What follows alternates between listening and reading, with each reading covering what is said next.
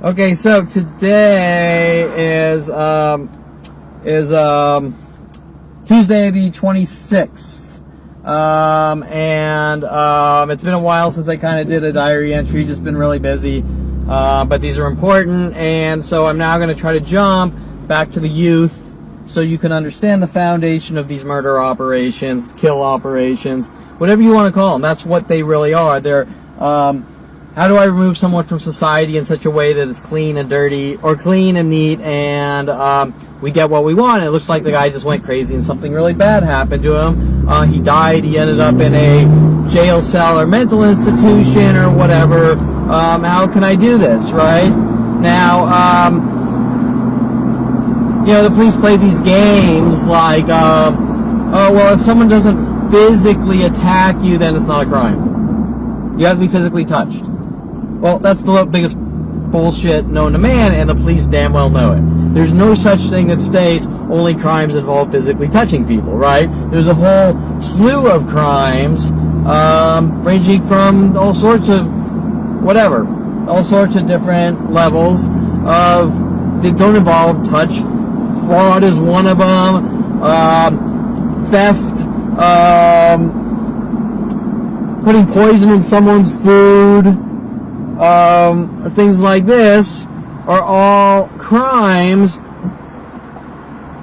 and there's 100 million of them like that don't involve physically touching someone. So whenever I met with daily mass groups stalking and following me to have me killed or removed from society, well, isn't removing someone from society a crime? You destroy their lives and you inflicted pain and bad things happened as a result of someone premeditatedly, with motive, getting together with mass groups saying, I'm going to kill this guy. Premeditation and motive. I'm going to make this guy lose all of his jobs and starve in the street and die, but I didn't physically touch him. Well, the LAPD out here and connected worldwide, when it comes to Kevin Perlman, will all stay killing Kevin Perlman is okay, but of course, the next person that comes in, they'll say it's wrong, right? Instantly showing a conspiracy and motive to kill, or rid of the world. Now, the cops aren't allowed to rid people of the world they don't like, or you're not allowed to jail people you don't like, based on hate. That is why we have a judicial system. The judicial system and police are not about I like you or don't like you or hate you or your kind can't exist normally. The police system, or you choose the job I want you to choose, which has nothing to do with legal or illegal, right? There's no such thing. That's not what the judicial system is about. The judicial system is about crimes and crimes only. And for the judicial system to run around saying, that guy's crazy, so we're going to hunt him down, kill him, and not help him, that is the largest crime known to man, because someone who is actually crazy has enough problems to begin with without people saying, I'm going to kill this person. Hence these elaborate operations since 5 years old. Kevin's crazy, we're going to kill him or rid him of the world. Or like my brother said, me and my friends are going to put you in a mental institution. Actually, he didn't say it directly. He said, me and my friends put a teacher in a mental institution. Now we have a bug in your room, and we're listening to everything you do on the radio. And first let me say, why did my brother tell me that at around 14? What was my brother's thought process when he was telling me this with his friends? Well, not only did this happen after I stopped him from bashing Gregoire's skull in with a crowbar, and then him giving me the mobster blood is thicker than water speech after that, like, I'm testing you to see if you'll kill for me or spy for me or things like this.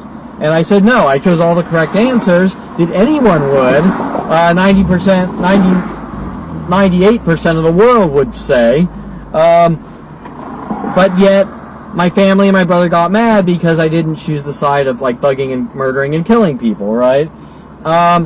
Which is very strange. And you have to sort of analyze the situation and try to figure out why my family would want me to think that it's normal to hunt down and kill people or thug people or spy on people when it's not. Like, based on, I'm trying to get you to do something on pure pressure. Okay, so now, tonight's topic which is a very good topic and a very needed topic and a very prudent topic, is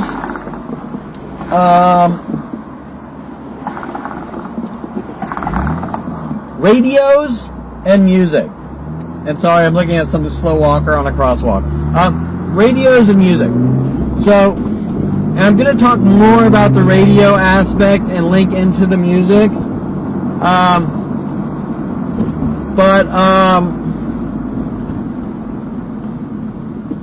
Because there's so much with music being done to me for the last 40 years to try to make me look crazy. I'm going to start with the radios, sort of expand out into music, because obviously radios play music, so that you can understand,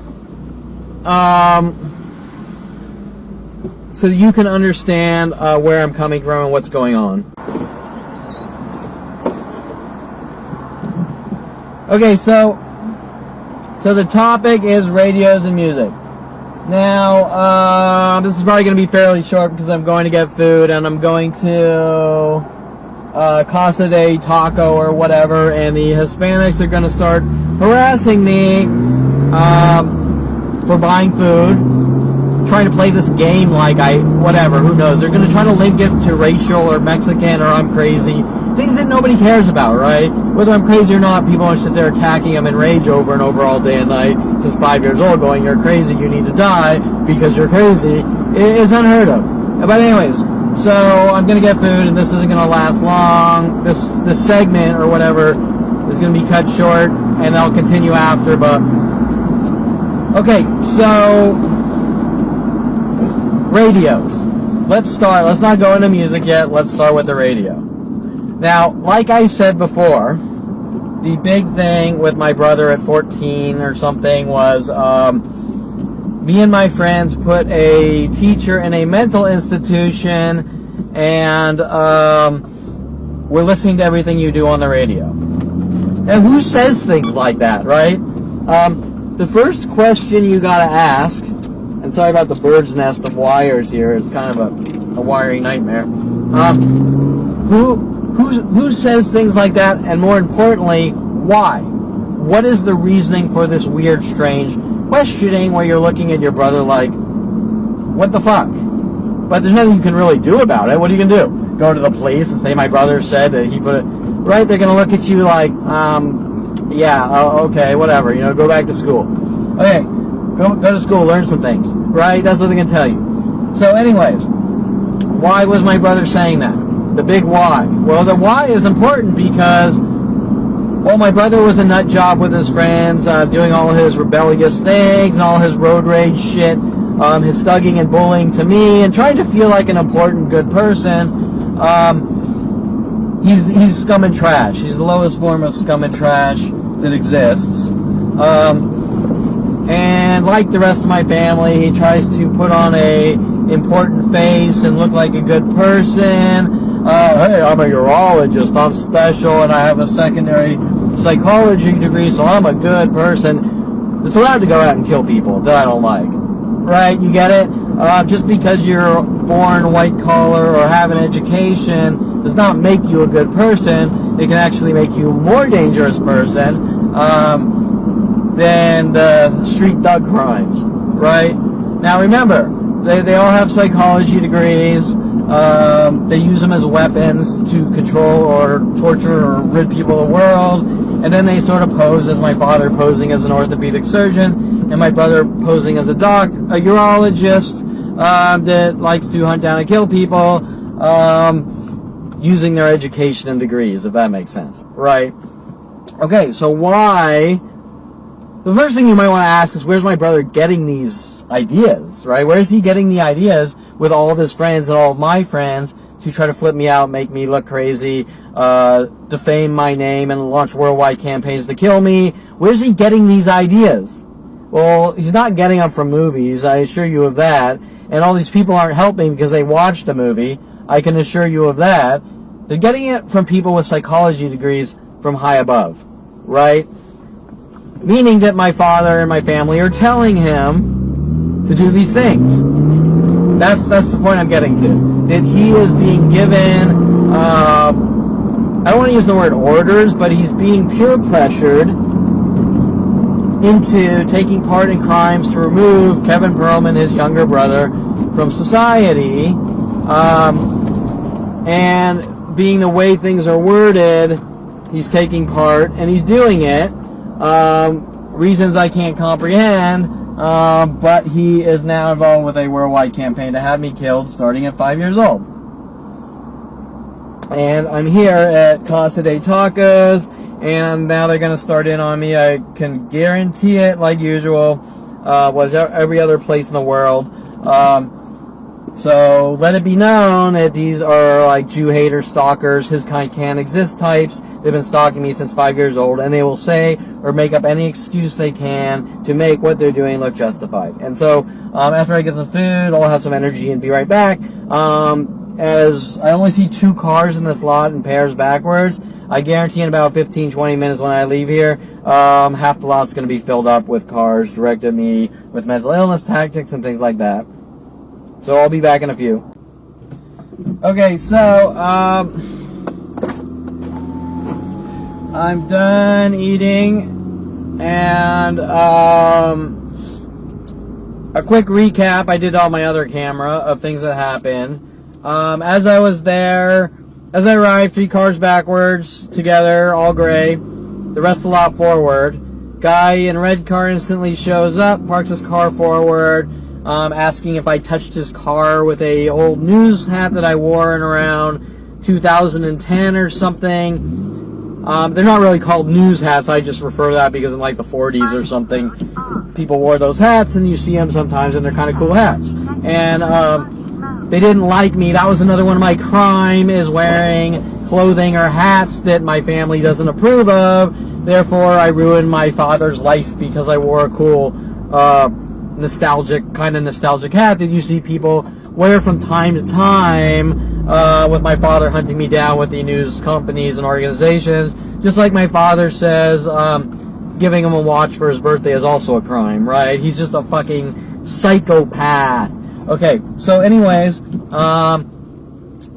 you're starting to understand that anything you do around my family results in your death. You buy him a birthday present, you wear a green shirt around him, you wear a red shirt around him, you wear an orange shirt around him, you wear a blue shirt around him. They are all crimes, right? And they hunt you down and try to kill you over these things that nobody could care less about, meaning you are not safe from them, right? And then you walk away from them, and they keep coming after you as strangers, right? Which really shows their motives and agendas. Okay, but anyways, back to the point. 3 gray cars backwards. Guy instantly shows up following me, 1 red car backwards. There's a gold Aerostar there. Right after I order the food, a white Aerostar parks in the handicap spot by the gold Aerostar. Right? 2 Aerostars in pairs together. At that point, 3 gray Explorers show up. 3 gray Explorers, Ford Explorers show up, and one guy trying to leverage himself over me, asking me if I touched his car, a lawyer Jonathan Franklin discussion we had around 2012, 2013, from Dincy arrests, stalking me with his "you don't talk or we kill you or lock you away," with his partner, Officer Jensen. And the reason they chose Jensen had to do with Jen Hess they sent after me to have me killed, which they're so desperately trying to cover up with Mike Huntley. And when I say Jen Hess hunting me down to kill me, it wasn't with the gun in her purse. It was the psychological setup and frame job operations to try to make it look like I'm crazy and doing things to people to rid them of the world, known as gang stalking, to cover up what they started in on me at 5 years old. So they'll have women come in my life, pretend they're crazy, pretend that I made them crazy, to justify, look what Kevin did, now we're all going to get together and kill him, right? Now remember, these tactics switch and change from thing to thing since 5 years old. Anyways, there were a few other things, Guy. The Normally it's different employees. This time, I see like the same guy for the last 10 years working on me, calling me friend over and over and provoking me in different ways. This time it was completely different employees, and they were very friendly, except he put a lime on one of the carnitas, and they never do that, and the reason had to do with every time Lorena Escobar, my father, would take me to sushi, she would order 2 lime rolls, trying to hint that I did something wrong, something about lime. Who knows, lime, dead body, I can't tell you. Anyways, the connection, right? Lorena Escobar paid off to have me killed by my father when my father hired her at 16, when I was 16. You get the idea. All these things are kind of linking, and they all go back to my father's office, except the problem is that this starts at 5 years old and it's worldwide, and it's been every person I've ever had contact with since 5 years old. Okay, so, you know, the Lorena Escobar, I hate Jews and I hate his kind, whatever she means by that. It's just a justification for her hunting me down to have me killed, paid off by my father, which I haven't even been in that company. It's been like 2 or 3 years since they fired my father, fired me because he knew I wasn't going to shut up about the mass murder operations that had me killed, which is strange because loving fathers don't generally support murder operations to kill their son. Hence the lime. And other places recently ordering food, they're putting, the Persian place put lime, I think, in the dolme, right? They put 2 limes in the dolme, going from restaurant to restaurant. Now remember that Lorena Escobar made a statement to me, it's what I'm up to in my own home, claiming that I've committed some crime of insane magnitudes, when there is nothing I've done in my home. I don't know what that means. Did I build an atomic bomb and blow up a football stadium? There's nothing I've done in my home except her not wanting me to breathe and involved in privacy violations since 1994, since the internet came around, for the sole purpose to hunt me down and have me killed and try to make it look justified, if that makes sense. I think he's doing this, so we're going to kill him. I think he's doing that, so we're going to kill him. Well, the only one that's committed a crime is everyone else but me. I have the constitutional rights to have the privacy to be safe from psychopaths paid off to have me killed by trying to get whatever dirt they want to use against me. That's the whole reason we have the Constitution and these privacy rights. That's the whole reason Edward Snowden came forward. Okay, so I don't want to get too sidetracked. I want to kind of end the Casa de Tacos restaurant, but I think it's pretty important that you understand the types of things that are done to me at every place in the world, with mass groups following me around. I think this, I think that, I don't trust you, are all things that don't apply to anyone else in society. Example, how many people do you know, if I walked up to you and I said, I don't trust you, so am I allowed to kill you? Of course not. Well, in Kevin Perlman's life, starting at 5, we don't trust you, we're going to kill you, with the police, government, NSA, FBI, you name it, has been going on. And at 29, when I found out, we're going to kill you for what you found out. Okay, so anyways, radio. And trust me, when I'm talking about privacy here, radio and music, tonight's topic, will apply to what I'm talking about with Casa de Tacos, Lorena Escobar. My father did flat out admits he tracks my little brother Shane on his GPS on his phone. You're going to understand how intentionally violating privacy to create mental illness, to kill people, is what my family's doing. And when I talk about radio and music, you're going to understand the connection and relationship between music and my father paying off people to hack into my computer to try to create mental illness, wanting me to work in his office so he could put in the same office building with Mike Hunley, so he could put my computer, or computer network on the same switch as the Golden State. I'm gonna need some water. As the Golden State Network switch, they can put spyware onto the computer, things like this, right? Now, why is he doing it? Because he wants to create mental illness. He wants to create paranoia. He wants to create schizophrenia, or make it look like that.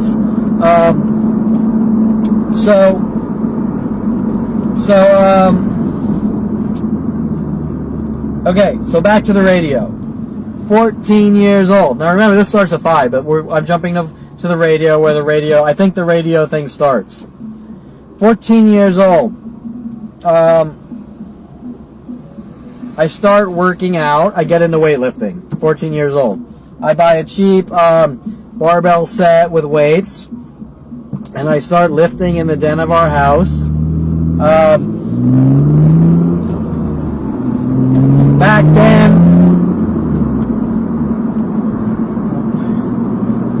then you had boom boxes, right?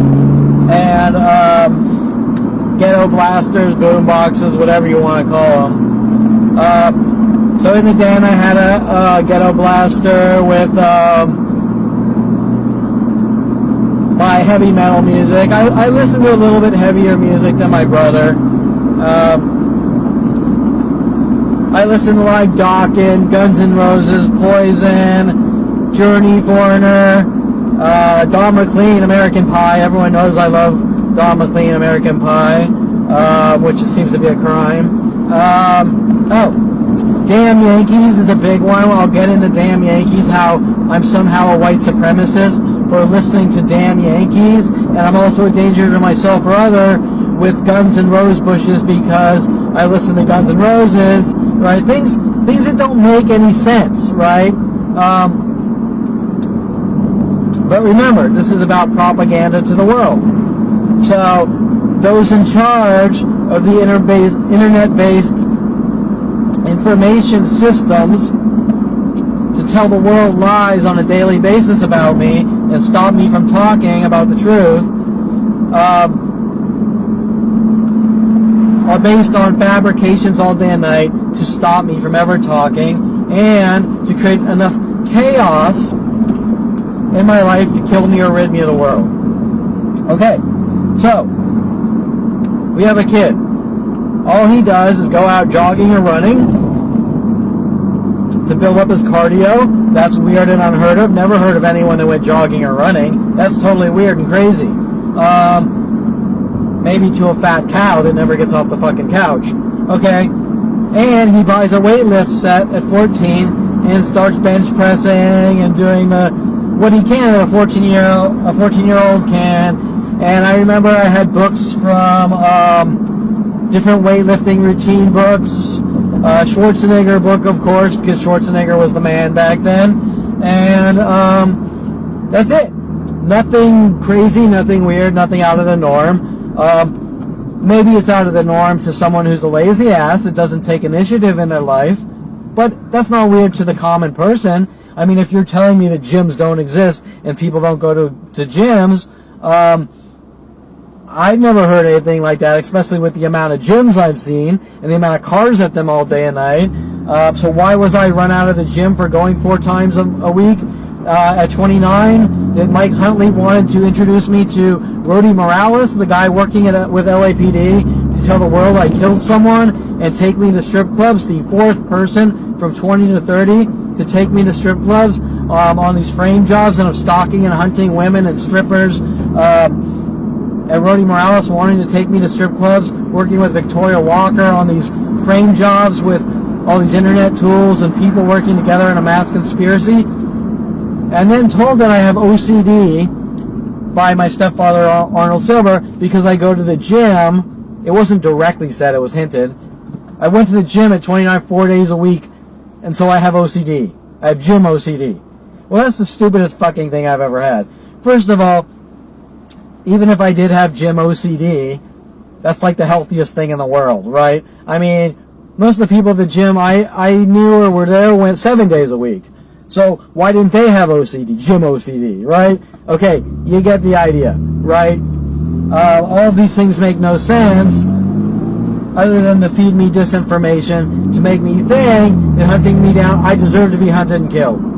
Okay. So, whatever. I mean, this is things I never thought I'd be talking about.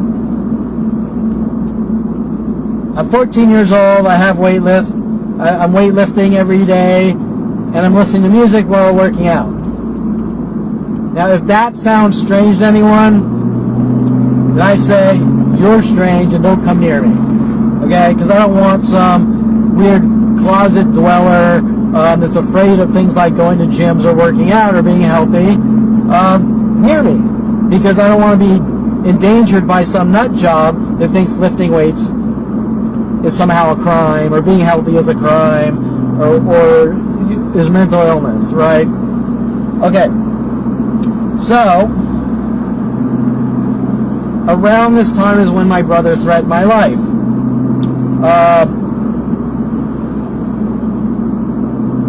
It's hard to know the exact timing.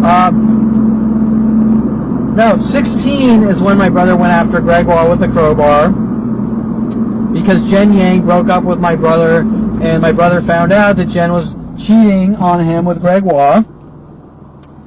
He wanted me to spy on Jen and Greg for him. I told him I wanted no part of that insanity. He gave me the blood is thicker than water speech, this mobster speech, how I should have told him that Greg was cheating on Jen, or Jen was cheating on him and this and that, while he's off at University of Colorado with this long-distance relationship thing that can't work anyways. While he's telling me that Greg's a good guy and Jen should hang out with him, which is very strange. And after that, I don't even know. My friends had suspicion because in Tom Hoke's station wagon, they said like they think Greg might have been kissing Jen in a station wagon, in Tom Hoke's station wagon. I wasn't even there. Some kind of like seed planting. And my brother expected me to follow Greg around and Jen around and like try to report everything that's going on as if I'm like his slave, his spy slave. And when he found out that I was off living my own life and I didn't want any part of his fucking immature stupidity and his road rage stupidity and all his shit with his I swerve and hit people at random on his license plate frames and putting crowbars and baseball bats in the back, going out, doing their havoc shit with their cars and their little CBs ganging up on people in their cars. When I was the complete opposite, I wanted to build cool, fast cars and read Hot Rod magazines and go to Kevin's Burgers, which I didn't know. They were trying to make me look schizo. And be around creative, positive things. They got mad, like your common murdering mobster wants you to kill with them. And so that's what we're seeing with his blood is thicker than water speech and this and that. How I should spy on Greg and I should not stop him from bashing Greg's skull with crowbars and things like this. Mr. Good Orthopedic Surgeon, right? Okay, so, and I'm just going to throw this in quickly. I don't care what you do for a living. I don't care if you're a stripper, you're a porn star, you're a police officer, you're FBI, you're NSA. Your uniform does not define you. A stripper, a porn star is not a criminal. A police officer is not always a good person. The President of the United States isn't always a good person, like most of them. My point is, it is not about your social status. It is not about what you do for a living, unless what you do for a living is illegal, like Colombian drug cartel. Okay, that's different. But we're not talking about legal versus illegal. We're talking about different social groups. Porn stars are not committing crimes. There is no law. Porn is completely legal. Stripping is completely legal. Prostitution, well, that's illegal in the United States, but it's legal in Amsterdam or other countries. My point. My family with Mike Huntley. Don't associate with those people. Well, what does Mike Huntley mean by those people? Right? Mike Huntley, don't associate with those people being strippers, porn stars, billion dollar websites, yada, yada, yada, because those people are all criminals in Mike Huntley's mind, being paid off to tell me that. My point is, it is not, being a porn star does not make you a criminal.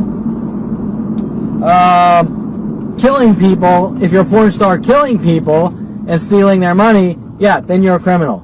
But that applies to everyone. That applies to orthopedic surgeons like my father who want to put on I'm a good person face when he's the worst of the worst, right? That applies to my brother, which is a urologist. Well, everyone thinks of doctors with MDs as good people, right? Well, my brother's a murderer. My father's a murderer. Okay, so I'm here to tell you that strippers and porn stars are like Mother Teresa's to my family, and I can guarantee you that most of them are probably really good people,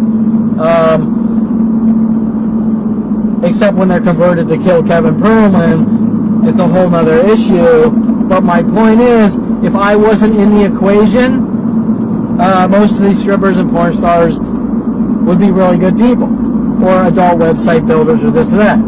Because what my point is, it is not your uniform that defines you. We got Officer Sean Dinsey running around with sending Rody Morales after me to have me killed, paying off Jen Hess to have me killed, paying off the Julia Sophia Reynosos to have me killed, right? Working on me in 1994 with my brother and the government to have me killed, with my brother introducing me to the internet so they could rile up the world against me, right? Okay, so I think I've made my point clear about your actions define you and not what you do for a living. Okay, so now, back to 16, the blood is thicker than water, speech by my brother, you helped me kill, you helped me do all my havoc shit. No, I don't want any part of your shit, right? I'm growing up, I got some maturity at 16, I'm not a fucking brainless idiot like my brother who's told by his parents to do things to people, and I'm not going to take part in shit like that.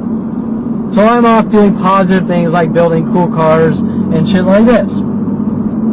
Okay. Which they sent every person known to man, Brian Weaver, Tom Hogue, Tom Farley, Mike Huntley, all of them after me to stop me from being a good, positive, creative person to accomplish things in life. Okay, so, once again, I'm going to repeat it. We put a teacher in a mental institution. Me and my friends put a teacher in a mental institution, and we have a bug in your room, and we're listening to you, everything you do on the radio. Why? What is the reason? Why is my brother so mad at me? Because he's trying to help me? Yeah, right, okay, sure. Why is he so mad at me? Well, I just gave you the why he's so mad at me, because I'm not part of his murdering pack. And this murdering pack we're talking about is what? 2% of society, the mafia, and some small groups that kill people, right? A very small sect in society. Most people are out with family and kids, doing things to accomplish things in life, like go to college, get jobs, meet women, have relationships, start businesses, work for companies to make money so that they can do things in life other than work and have part of life, take part in life. And so what I'm saying is the people that say blood is thicker than water, kill for me and things like that is a very minute part of society. So when I bump into person after person worldwide saying you're a whistleblower, it's like being in the Twilight Zone, right? Okay, so anyways, And that's really where we start going to the government and psychology community cover-up operations. I don't want to get into this here. I got into that last segment. Okay, so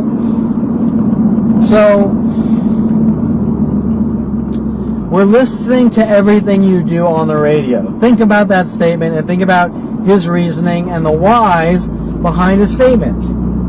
I think I mentioned it about an hour ago before getting food.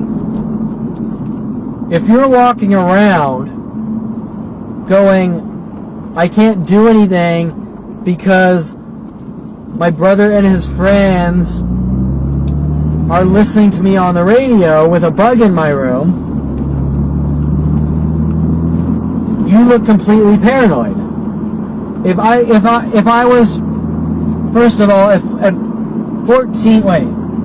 16 when my brother said this, right? If I actually believed his fucking babbling, his weird babbling, and I went to the police and I said, LAPD, my brother has a bug in his room and he's listening to me on the radio, the LAPD would have said, that Kevin guy's fucking crazy. We got to check him into a mental institution, right? The reverse psychology. Think about it.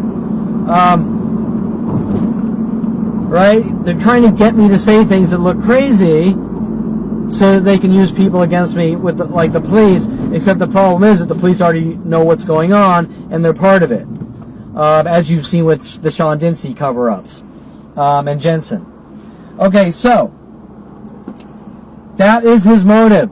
Make Kevin look crazy. Put Kevin in a mental institution. Why?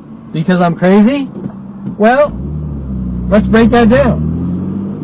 Let's say I'm crazy. Sure, I'm crazy. You know what? Do you know how many people per day say someone's crazy? Okay? The lawyer might say the car mechanic's crazy. The car mechanic might say the politician's crazy. Why? Because they're different, correct? The car mechanic builds cars for a living, and he can't understand what it's like to be a lying douchebag and get into politics, right? So the car mechanic is going to say the politician's crazy. The politician's going to say, well, the car mechanic doesn't make any money, and I make shitloads of money for lying and being a douchebag, so the car mechanic's crazy, right? My point is that everyone's different. Everyone's coming from different walks of life, okay? And not everyone meshes and not everyone gets along, but people all come from different places and they have reasons for doing different things, and everyone's different, okay? Everyone is different on a small level, okay? We all have 2 arms, 2 legs, 1 head. Most guys have dicks. Most chicks have vaginas. Whatever.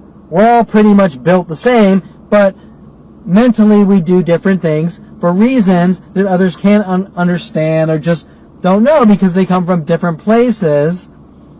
So, the term crazy is relative to who you are, right? Now, there are some people that are crazy, like their actions aren't based on factual or logical decisions. Example, there are people that actually go out and kill people for no reason. I'm not saying killing people is right, but what I'm saying is, let's say you're walking down the street and someone like my brother just starts bashing your skull in with a crowbar, and you don't know why the fuck he's bashing your skull in with a crowbar, because there's no fact or logic. Maybe you were walking down the street and you stepped on an acorn and he didn't like the sound and it triggered him and he bashed your skull in. Right? So that would be crazy. Crazy. But, once again, crazy itself is not a crime. So my point is, let's say I'm crazy. Well, what is crazy? Am I crazy because Arnold Silver says that going to the gym 4 times a week is crazy? Okay, and? Kevin Perlman goes to the gym 4 times a week, so he's crazy. First of all, that doesn't make sense to me, and I have to say that statement of his to the world is fucking crazy. And telling the world shit like that all day and night about me is not only highly illegal, civilly, but crazy, right? Okay, so, but we're going to stick to Kevin's crazy. Kevin's crazy, and he harmlessly goes to the gym four times a week.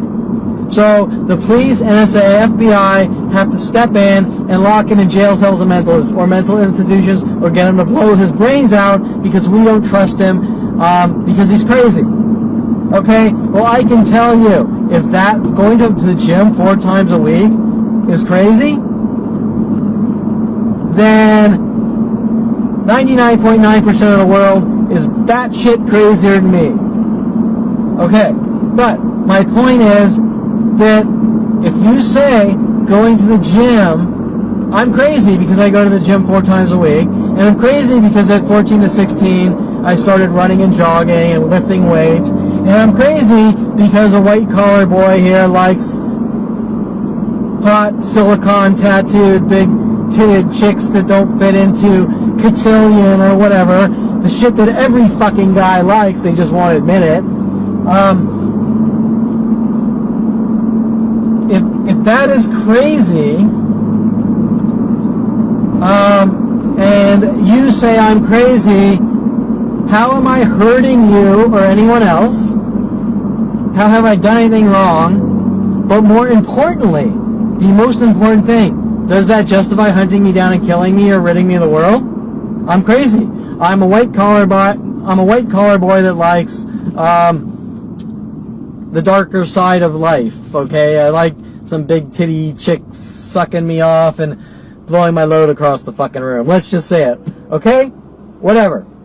So we're going to say Kevin's crazy because he goes to the gym, he works out, he listens to heavy metal instead of my brother's Jimmy Buffett all day, or my father's Frank Sinatra. I'm crazy because nobody listens to those bands like Guns N' Roses or Foreigner or Journey or anything like that. So I'm crazy, and we're going to put Kevin in the crazy category since 5 years old. Okay, so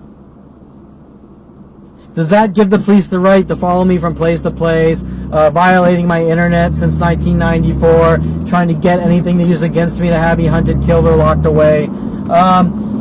Does that justify my brother and family trying to lock me in jail cells and mental institutions? And a bad driver here that almost hit me.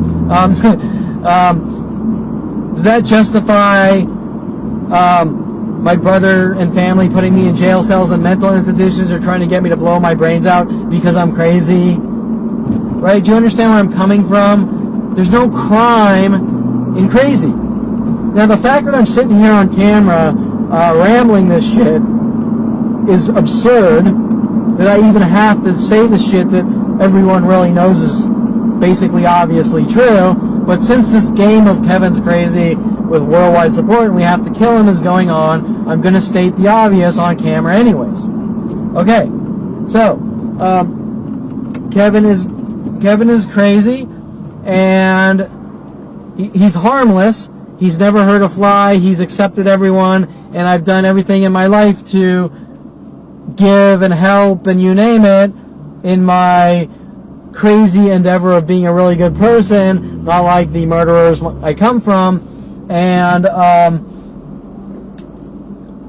so once again, back to the argument, Kevin's crazy. Does that give the government and police and mass groups the right to hunt me down and kill me or exterminate me? Of course not, because crazy is not a crime. Crazy, different, unique, weird, right? We have the Aubrey Fisher, you've committed a weird crime, we're going to kill you, with the NSA, FBI, and police. Doesn't really make much sense. Don't fit the category of the police job description. Officer Dempsey, I'm here to keep the world a safe place by eradicating imperfection. Homeless people could be a threat to humanity, therefore we have to eradicate all homeless people. Don't homeless people have enough fucking problems? You understand what I'm saying? Some guy's starving in the streets. Oh, here comes Dincy. I think you might be crazy and a danger to society, so I'm going to bash your fucking skull in with a crowbar with Jason Perlman. You understand? Okay? That homeless person, whether they're crazy, whether they're talking to themselves, whether whatever, has nothing to do with Officer Sean Dincy, the LAPD, NSA, FBI, you name it, with their police scanner reports. Listen to their police scanner. Possible male with mental illness. Possible female with mental illness. Possible male with mental illness. What the fuck is the LAPD running around with possible mental illness? We're going to put you on watch lists and fucking eradicate. You have to do with crime. Nothing. That is what Adolf Hitler did in the 40s. World War II. You're not perfect. You are not the ultimate, what is it? You aren't the perfect, the ultimate human, and we want to keep the ultimate human beings, and eradicate imperfection for society's sake or whatever. That is what Officer Sean Dincy has been doing, and has been done to me my entire life. While them trying to make me look crazy with every lie known to man. Okay. So, this incredibly long, drawn-out point I'm making is, it is not the police's job to go after those they label crazy, because crazy is not a crime. The only thing that is a crime is a crime. Rape, pillage, theft, murder, blah, blah, blah. Those are crimes in a law book of crimes. Has nothing to do, your crazy has nothing to do with law. Your crazy has to do with psychology and labeling. Okay, my point. When LAPD is following you around, you have to go to a shrink so that we can find out whether you're crazy or not. Why? What fucking business is it of theirs if I'm crazy or not? Because they're going to have their own opinions no matter how sane I am. Right? I mean, right now I could go into my house and I could build the latest website, something that's never been done before, that can make millions of dollars, and they might say I'm crazy, and so I have to be locked up. Well, but there's no crime there. There's no criminal act, right? So they're not acting, the cops aren't acting rationally, they're acting with motive and intent. I don't like you, so I'm going to kill you. I don't like you, so I'm going to stop you from making money.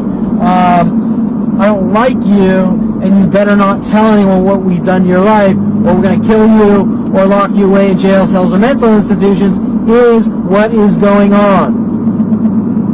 Okay, now, you can question the whys, who it's coming from, the motives. I'll leave that for different conversations and food for thought for you right now. But my point is, the crazy card doesn't mean jack shit.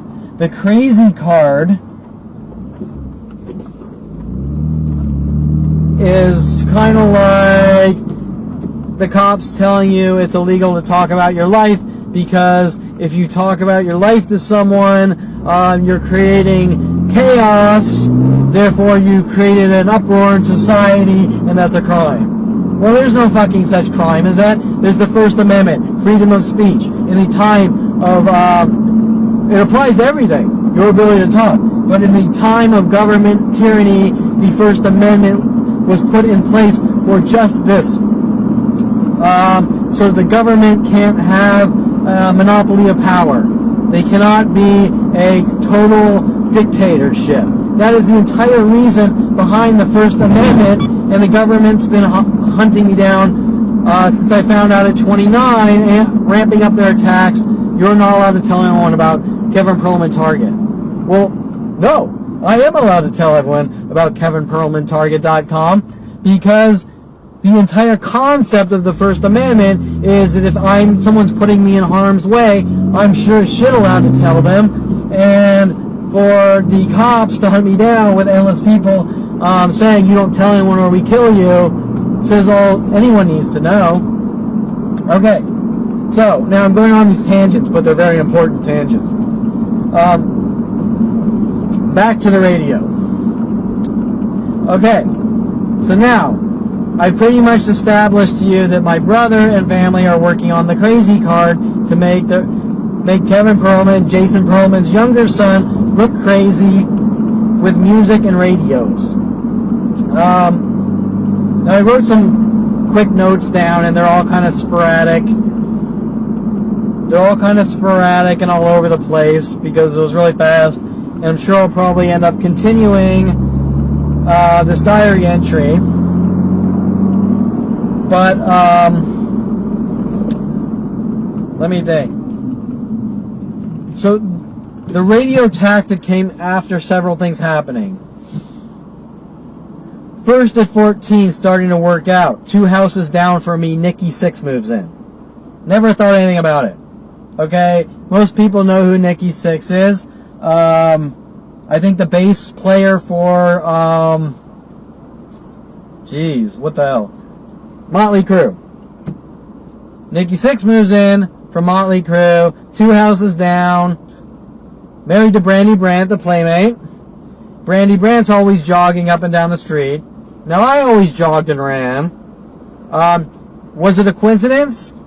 Probably not. Probably what happened was my family saw me jogging and running, being healthy, and lifting weights, and they got mad. So they did what they always do. Have a girl start jogging and then say Kevin's a dog and he's following her. Right? And they did this over and over at strip clubs, on Twitter, on Facebook, at coffee shops, with Corey Bixby at 16. You name it. A common cry wolf tactic with women told to follow me and then cry wolf that I'm stalking them. Done to me in the thousands over and over across a 40-year period. Okay. So most likely Brandy Brandt was told to try to frame me. Nikki Sixx. Later on with radio shows, whatever. That's perfectly normal with musicians and things. But there is this threes thing going on, and I don't know why they keep babbling in threes over and over with every person I see worldwide. And I'm guessing that has to do with the song Girls, Girls, Girls by Motley Crue, Nikki Sixx, in some kind of strategic operation because they know I like girls. Okay, a guy that likes girls. I mean, oh my god, that's crazy. Okay, so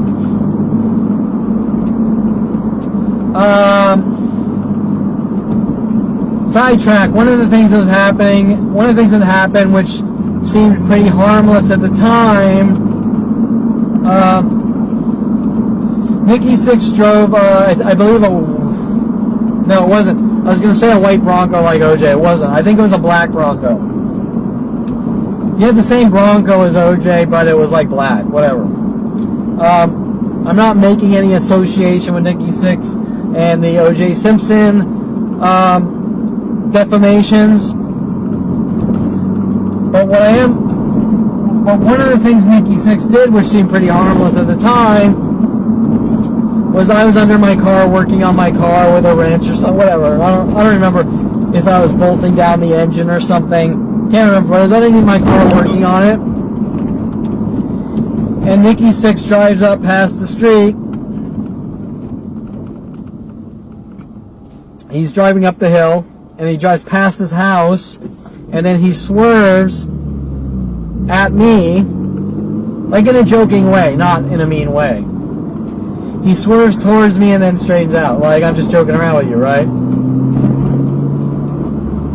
Okay. And I kind of go, that's funny. That's Nikki Sixx. And I think that was after Nikki Sixx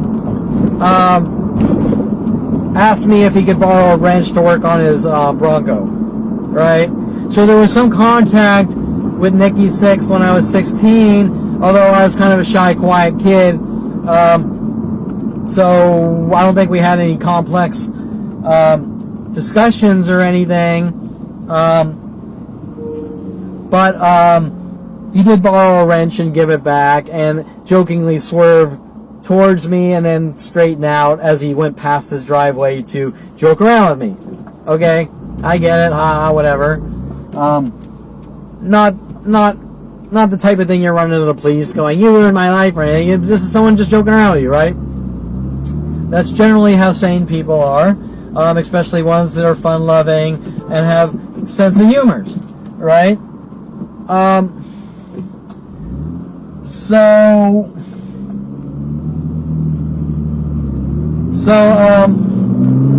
I believe after that is when my brother, and I just made the connection just now, my brother after that puts a license plate frame on his 323 or 262, I don't know, I think it's a 323 Mazda, that says I swerve and hit people at random, right? And on times he wants me to drive his car, but I don't know why. So why did my brother go out and put I swerve and hit people at random after Nikki Sixx kind of swerves at me jokingly, right? What's that about? Well, I can't tell you what it's about, but my guess is my family made up some more of their fantasy delusions about me, saying maybe I swerved to try to hit someone or something like this. Who knows? Because there's so many lies. This propaganda and defamation is literally in the thousands and thousands to the world. There's new lies every day of my life to the world to try to cover up the older lies. So I can't tell you what they're saying. I can just say that they're riling up the masses against me to have me hunted, killed, or rid of the world. Killing someone or ridding someone of the world in ways that look like you just couldn't take the pressure and died or something bad happened to you, right? Back to the radio things. Okay, so one of the big bands my brother liked, and I like too, I love Pink Floyd, everyone knows. And my brother liked Pink Floyd, although remember, I was into the heavier music, the Dokken and the Iron Maiden, and my brother was into more of the Jimmy Buffett, Jethro Tull, Journey. I listened to a little of everything, but I was more geared towards the heavier music. Now,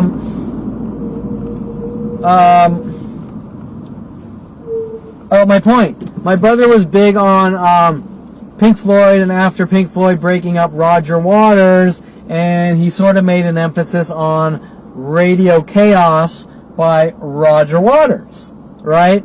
Now it's hard, I don't want to sort of nitpick like they do, just grab anything and throw it in the pile of bullshit, but there's a worldwide campaign of chaos to kill me since a young child, and my brother's big into Radio Chaos, Roger Waters.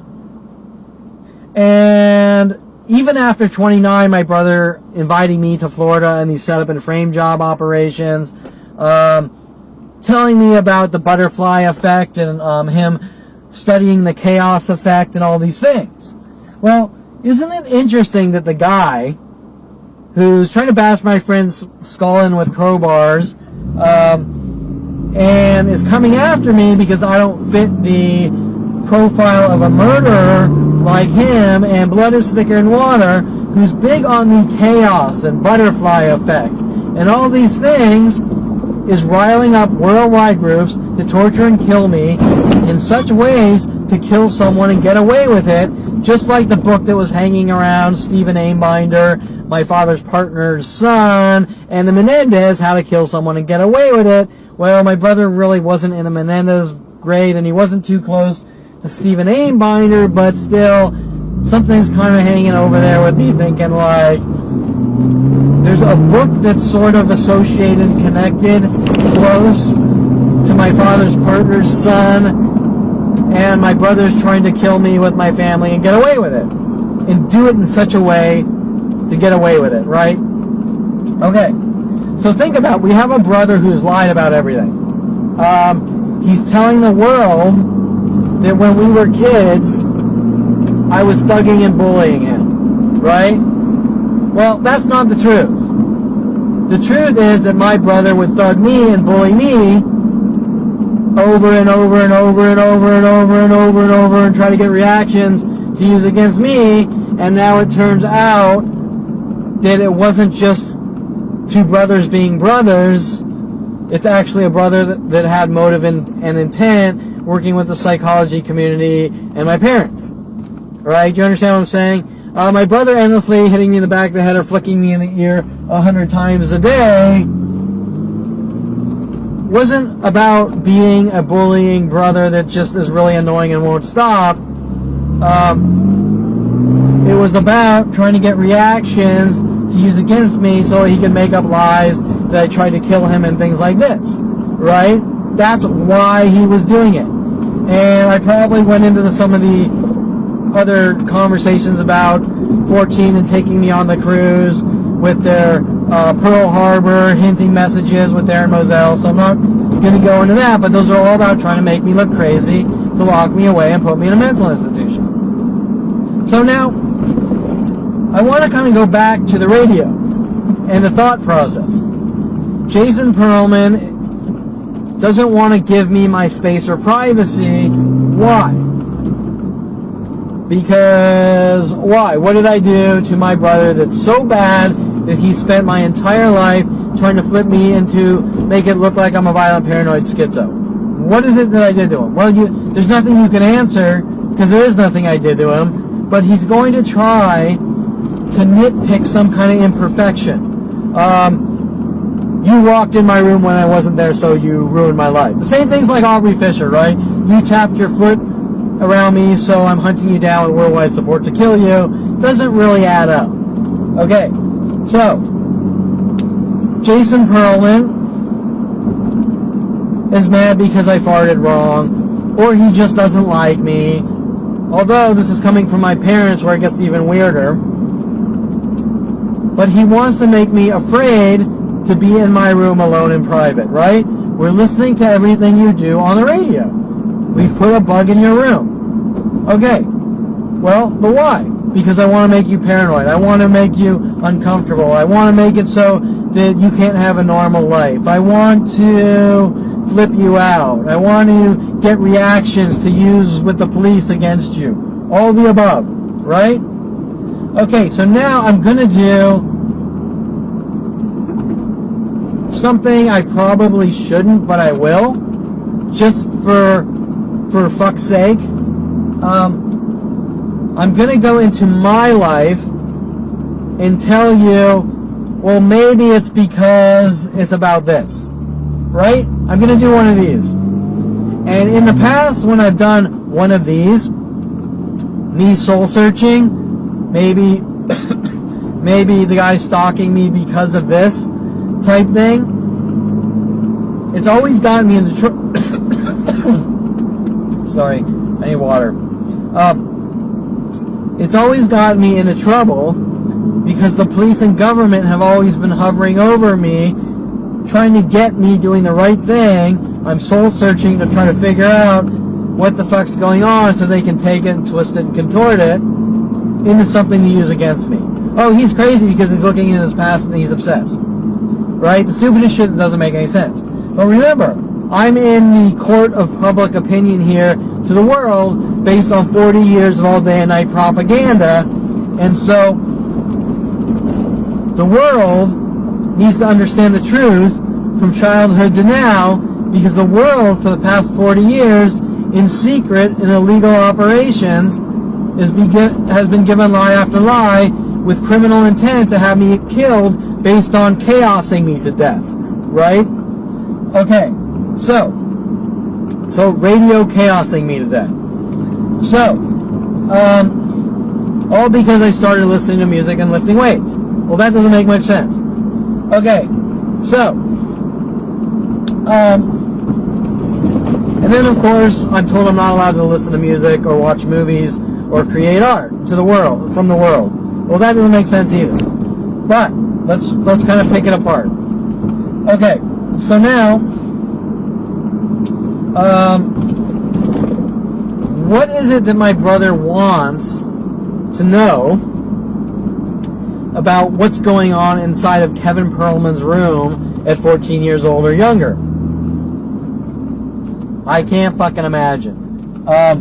What did Kevin do? Now, Lorena Escobar has the same argument now. It's what you're up to in the privacy of your own home, showing that she's stalking me and violating my privacy with government resources to try to nitpick anything to use against me to rid me of the world. Correct? People don't do that. I have the right to my privacy. The Constitution has says I have the right to my privacy. That's why we have things like search warrants to keep us safe. Yet the LAPD has tracked and violated my phone since cellular phones came out. Every aspect of my life has been violated, from my computer for 25 years since 1994, my computer privacy being violated with the sole intent to make me mentally ill and kill me. Okay? What is it they're so concerned about? What was Kevin up to at the age 8 when I kissed the black girl and the world was told I'm a white supremacist for kissing a black girl at Sunny Skies Day Camp to 14 to 16 in my Hidden Hills house in Kevin Perlman's room? I can't imagine. Was I an 8-year-old building an atomic bomb, blowing up 100,000 people in a football stadium? Of course not. So what justifies this? Well, nothing justifies it. But what is it they're digging and prying to get? What is it they want so bad? Well, they want anything they can use against me to justify removing me from society. But let's talk. I'm just going to talk about one situation that's a little out there. The fact that I even have to do this, the fact that I have to look back 30, 40 years and pull this crap out of my brain that doesn't even matter, is the entire problem. It's them trying to make it look like I suffer from obsession, and really these are things that who would care about anyways, but I'm going to do it anyways. Music and radio is sound and noise. And my guess is that at one imperfect moment in my life, my family heard a noise from my room. And what was this noise? Now wait, let me go back. Remember, in some of my previous video diaries, I talk about throwing some mud and water in the street and it hitting a car. And I've been hunted since 4 or 5 because I threw some water in the street that hit a car. I just want you to be on the level of hypersensitive psychotic murderers that give a shit about things that don't matter, destroying my life. Okay, so I want to set the foundation based on my family's personality, based on there is no imperfection allowed, and what they're doing to my life. So, what was this noise they heard? Well, let me quickly go through the things that don't matter.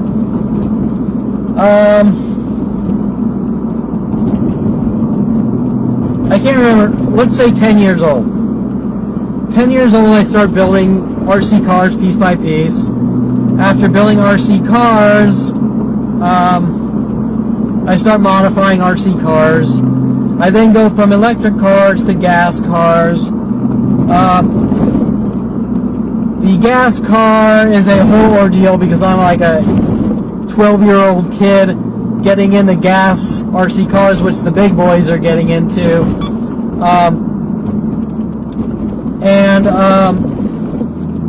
I built the car, no problem. I can't get the damn thing started.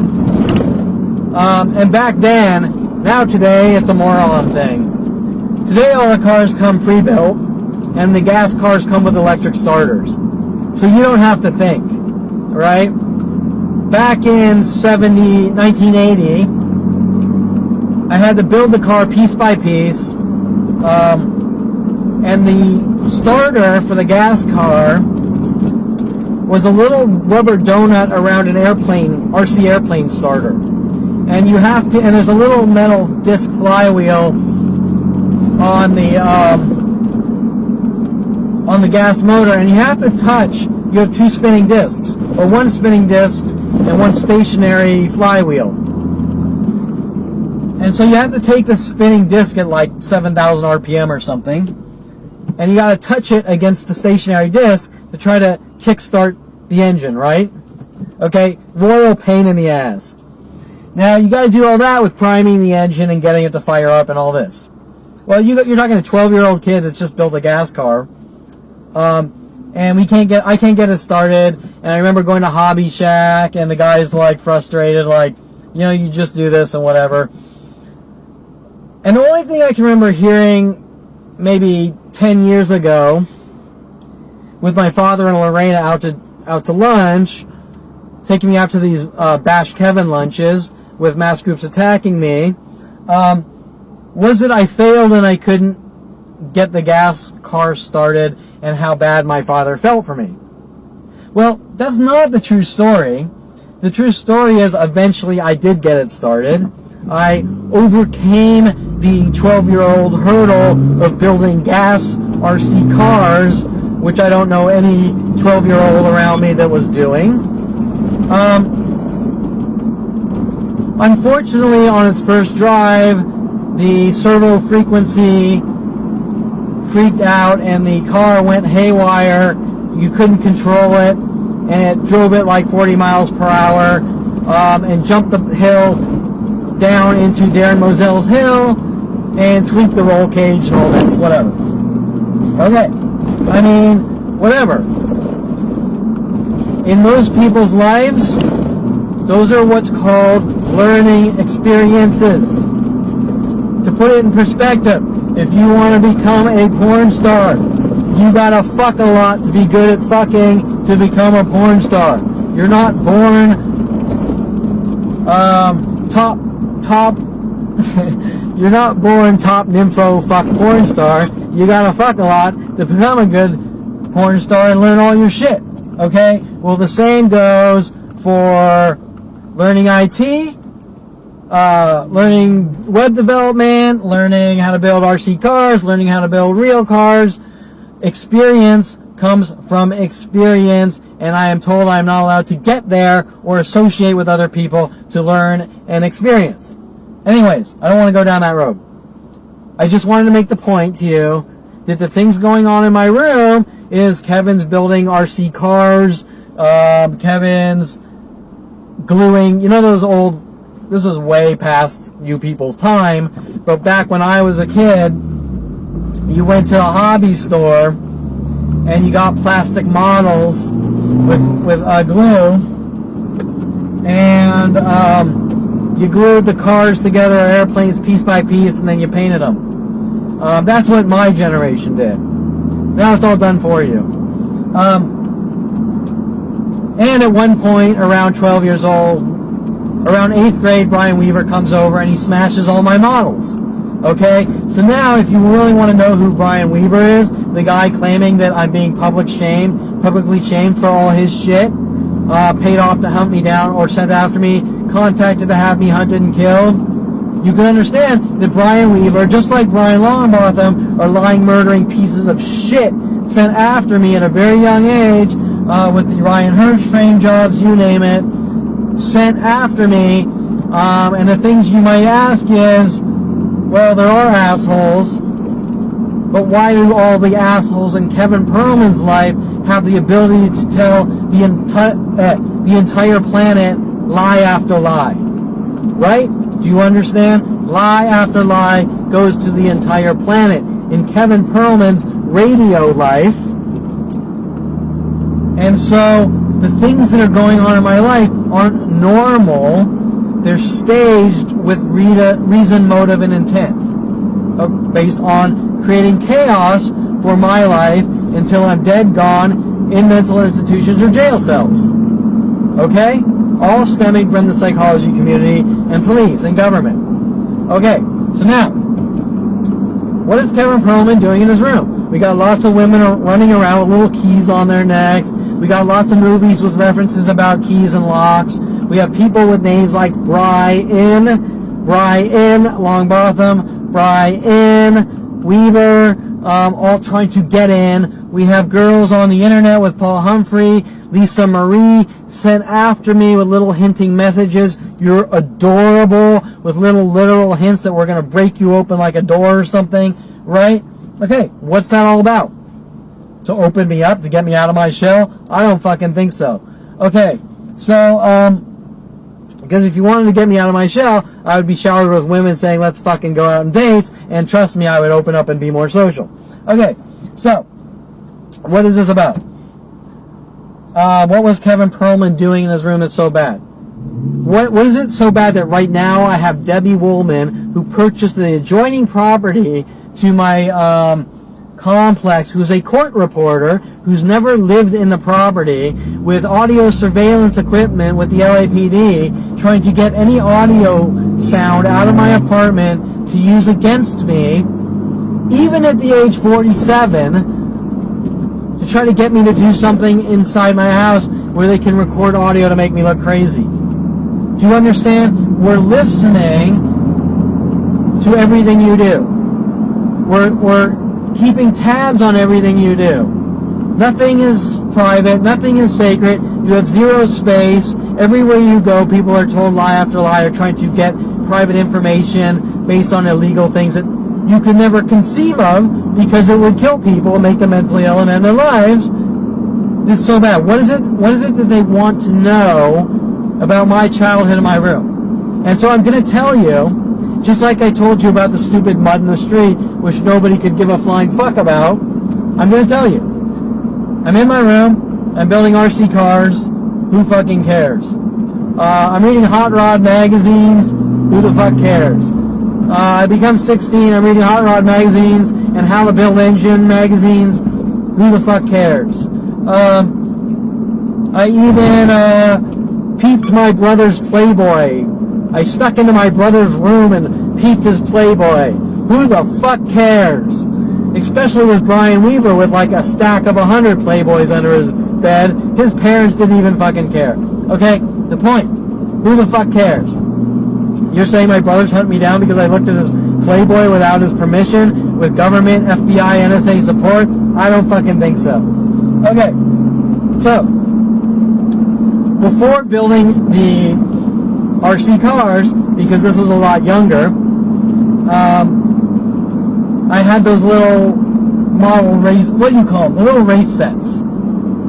I believe the company that made them, what was called like Tyco or something.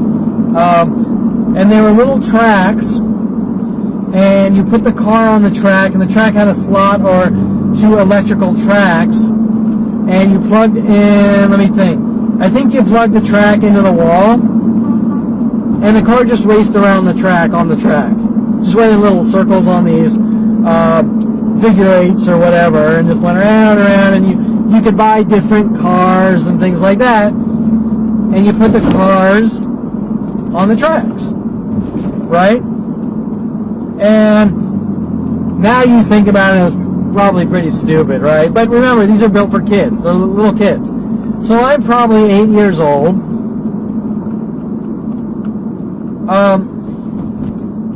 8 to 10. Let's say 8 to 10. And I'm 8 to 10. I have my little Tyco race sets, whatever, and variations, different companies, and the car, it just does the same damn thing over and over. So eventually, I get one. I think the cars were a little bigger on one, and I wanted, this is at first you have to understand I'm a 8 to 10-year-old experimenting, but I want the car to go faster, right? I want the little Tyco or whatever car to go faster around the track. So I take a 110 volt. I think around this time I learned how to solder and was soldering. I was soldering for my RC cars too. So I knew how electrics work. I knew how positive and negative worked. I knew how to solder electrical connections and things like that. And so I took a spliced 110 volts. Oh, and I think we learned we learned a lot of these things because we took apart things. When we were kids, we took my father's old reel-to-reel apart and looked at all the tubes and things like that. And that's how I learned about electronics, taking apart electronics. Kind of like that movie Demolition, where that actor does all his movies based around on my life. I don't know his name. Like the movie Enemy, where Half of that movie is about hinting about my brother and my brother's personality, how they make movies around my life to try to flip me out and make me look like a violent, paranoid schizo. You know, that guy, I don't know his name. He also did Donnie Darko. Like that movie Demolition, except the movie Demolition is about like some manic depressed dude or something. And my life is not about depression. It's about a family sabotaging my life. Okay, so anyways, that's the difference. Is that these movies aren't written. These movies, when these writers are writing in this fiction to try to make characters look like me, they're writing it on pure fiction, and that probably links back to Darren Moselle, who writes for the entertainment industry, who's mad at me for reasons I can't comprehend with my brother. But anyways, back to the point. I just want you to understand the type of person I am based on how I learned how to build things or take things apart or whatever, and the propaganda to the world, which is complete fiction. So that you understand the real story and what's really going on, and that this isn't about Kevin's depression or Kevin having a problem. This is about an angry family that wants to sabotage. Okay, so I'm in my room, let's say 8 to 10, I can't remember. I know how to solder. I have my little, it wasn't a Tyco car, but it was similar, it was a little bigger. It had a positive and a negative on the bottom of the car, which ran on 110 volt, and I wanted to hot rod the car. Does that make sense? I wanted the car to go faster, so I take the 110 spliced plug wire, I plug it in with a positive and negative apart, and I touch the positive and negative to the bottom of the little race car. Okay? Well, I mean, you're probably looking at this laughing, going, what the fuck are you thinking, Kevin? But we're talking about an 8 to 10 year old or something, right? I mean, okay? That's like saying 8 to 10 year olds in the OR room and he's got the wrong scalpel, okay? 8 to 10 year olds aren't in surgery, in surgical environments or rooms. That's the point. You're talking about an 8 to 10 year old. And we're talking about something completely harmless. Now they're sending girls after me to stalk me and hunt me with the government, whose names are Julia Sophia Reynoso, telling me all sorts of fiction about how her father shocked her or weird things like this, when she can't get her way or what she wants with me, and probably wanted to somehow steal my money. Okay? Some girl that wasn't a stripper or anything like that, but Rhodey came in afterwards trying to make it look like I was stalking her like a million other women. Okay, so the point, anyways, I'm sort of trying to throw in some future events with some past events because they all connect. This is the reason why they sent Julia Sophia Reynoso after me, is to dig for some kind of information to try to make it look like I'm crazy, right? Okay. So, and what they're trying to cover up so desperately by telling me I'm not allowed to look at my life. Okay, so, back to this long, drawn-out, sidetracked, what happened in Kevin Perlman's room that my brother family are paying off court reporters that associate with Jay Pilchick in Florida, my brother's wife in Florida, to actually buy property with the police, to put audio surveillance into my wall to try to make it look like I'm crazy, talk to myself, and I'm a nut job to justify ridding me of the world. What happened at this 8 to 12-year-old time is I have this RC car. And remember, these are events that are perfectly normal that nobody could give a flying fuck about. I have this RC car, not RC car, this little Tyco race car that you plug into the racetrack. And I plug the positive and negative into the prongs from a 110 volt. That's pretty damn stupid. But it's a kid just being a kid. And I shock myself. And I scream. Right? Now, this isn't a long, drawn-out, 10-hour scream or anything. It's a simple like, ah! Like that, right? Okay, that's it. That is like the defining point of my whole life. Kevin's crazy. We need to know what's going on in his room. This and that. Why did Kevin scream in his room? Did Kevin see aliens like Tom Farley says? Did Kevin meet Xenu from the Scientology God or something? Did Kevin see a white light? Did Kevin see Jesus? Did Kevin see the devil? Did Kevin see the devil and Miss Jones throw the kabasa? I don't fucking know. Okay? Do you understand where I'm coming from here? The point is that just like everything else, I tap my foot around Aubrey Fisher. There's a worldwide campaign to kill me. Kevin shocks himself in his room, plugging a little Tyco car into a 110 volt for less than a second. There's a worldwide campaign going, he's crazy, and we have to bug tap his phones and his room with the government and police to try to flip him out, make him look crazy, and put him in a mental institution. Now, do you really think that that is about me being crazy?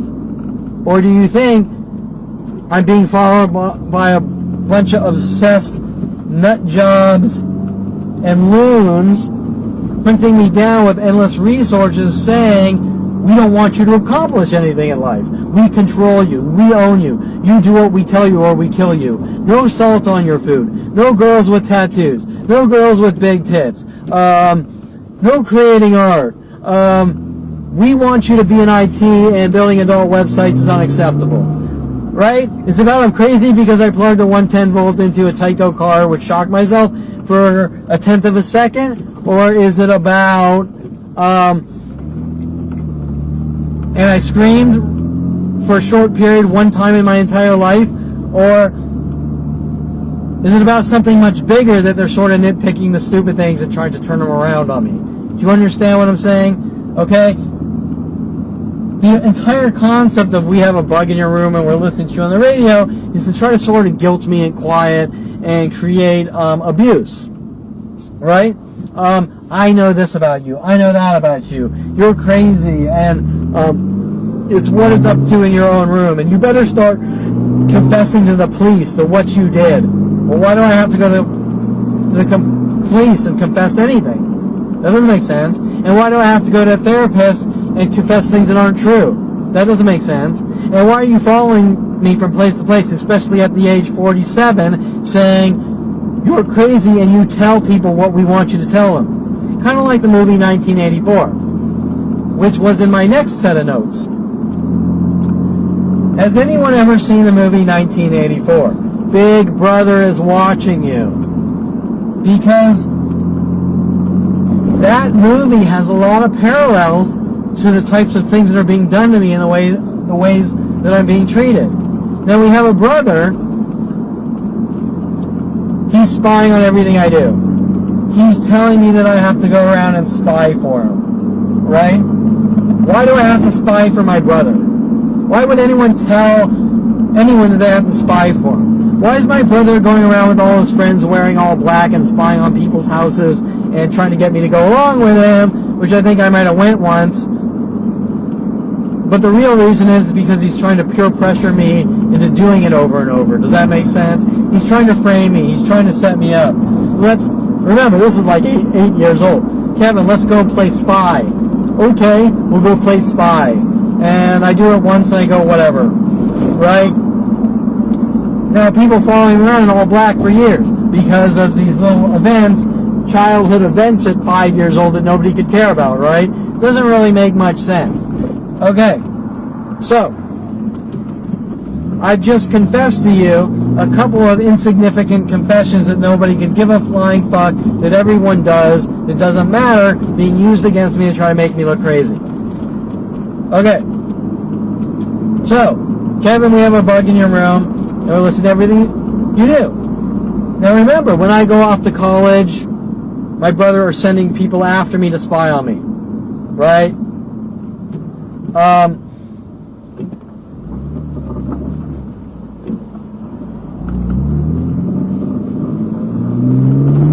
Example, I graduate Calabasas High and I go to Southern Oregon State College.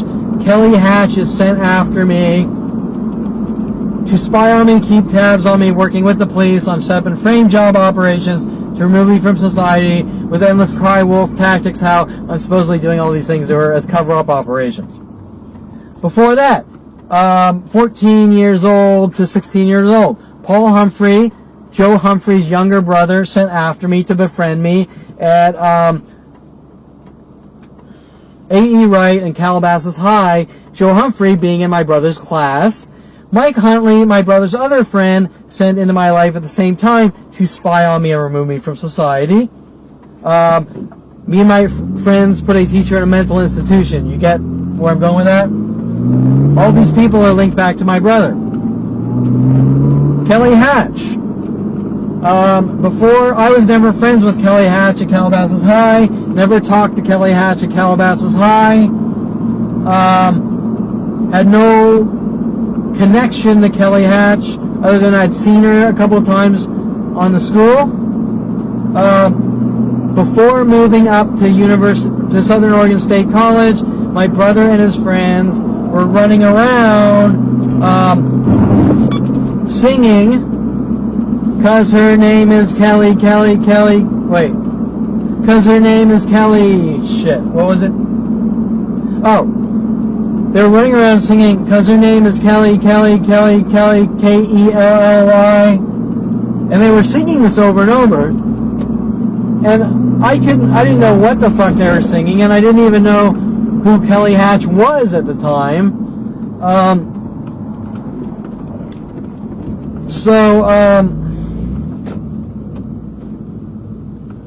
So my point is that I had never met Kelly Hatch. She was contacted, followed Kevin up to Southern Oregon State College, stalked Kevin Perlman, hunt Kevin Perlman, claimed that I broke into her room, claimed that I stole her car, you name it, for the crime of just breathing. After I moved from Southern Oregon State College transferred to Southern Oregon State College to University of Colorado, my brother started introducing me to some of his friends because he graduated. One's name was Mike Wexler, sent after me with the police and government, trying to set me up for statutory rape type things with Lynn Junkin and working on all these weird lockpick angles and things like this, right? The keys, the locks, I'm trying to get in, you're adorable, all those types of things, right?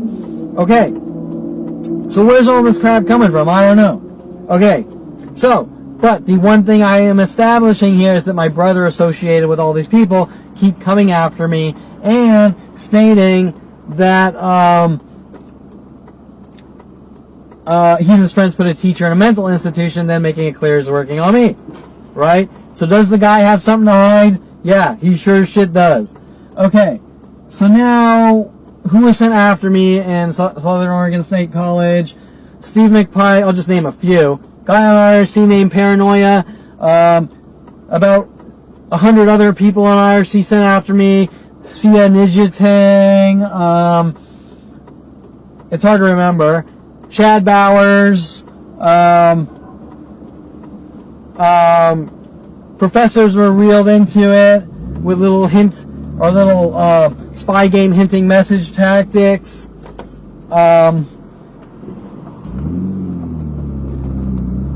Let's see, I said Mike Wexler. And Mike Wexler in 95 was big on the no taking pictures of people first thing, just like now, because they didn't want any proof. Even though I didn't know what was going on in 95. Who else? There's so many. There's so many. cheerleaders sent after me, working with Lorena Escobar, Val Morozov in the pool, meeting me in the pool hall, wanting me to go to strip clubs, just like Rody Morales, continuing, just like Eric Christensen, and when I lived in Southern Oregon State, wanted to take me to strip clubs. Daryl Oon, which was a fellow pool player, and he would always call heavy metal cock rock, wanted to take me to a Kiss, or took me to a Kiss concert because my brother's favorite band was Kiss. You get the connection? My brother's favorite band is Kiss, so Daryl Oon wants to go to a Kiss concert, trying to make it look like I'm schizo and think I'm my brother. Later on, Daryl giving me his pool cue for payment for giving him like 5 months free room and board in my house. Later on, Tim Thompson hunting me down, trying to make people think that I stole Daryl Oon's pool cue, right? Okay, and these are all people that aren't friends or aren't connected normally. They're connected through the internet, but not in person.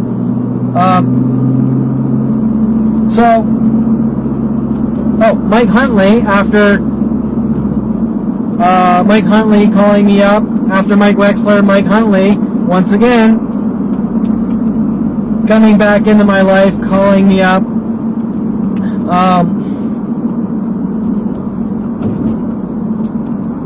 Kevin, I want to start an internet host provider with you if you move back from University of Colorado when you graduate, wanting to get me close to him for 6 years to finish the job, so to speak.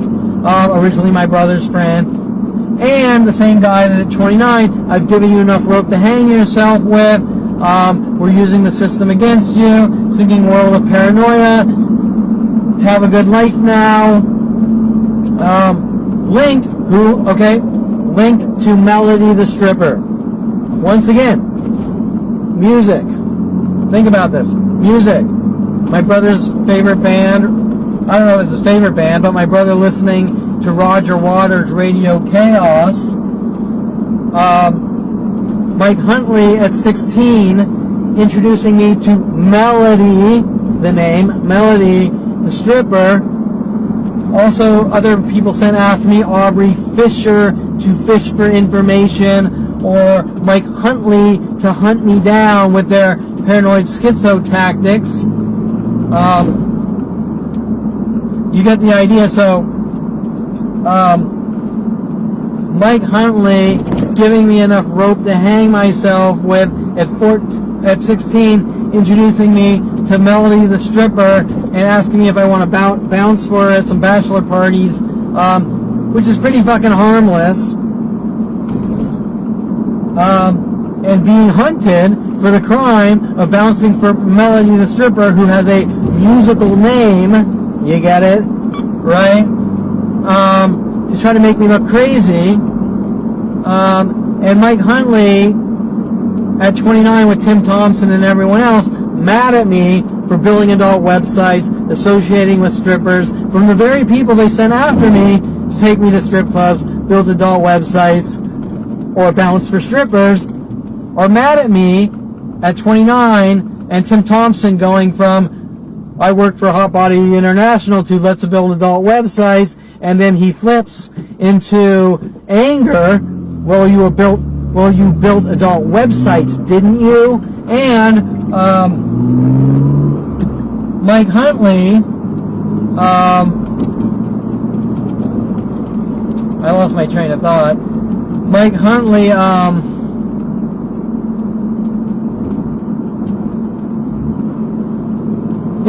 Mike Huntley introducing me to Melody the Stripper and then coming after me for it, right? It's like the old,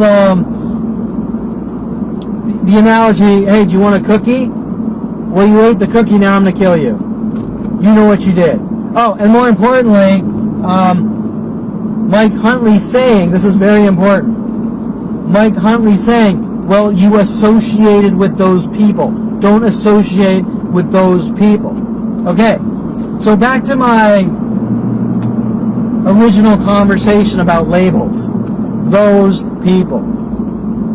The murderers who are befriending me like Mike Huntley sent after me for 25 years, posing as a friend, who's a clear psychotic murderer taking money to kill people, is saying, don't associate with those people.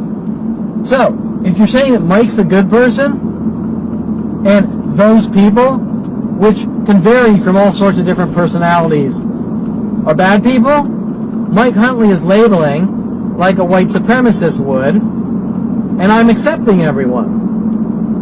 But Mike Huntley is punishing me with my family. Why? Because I ate the cookie. Do you want a cookie? You ate the cookie. But wait, it's not illegal to eat a cookie, is it? We're not talking about legal versus illegal.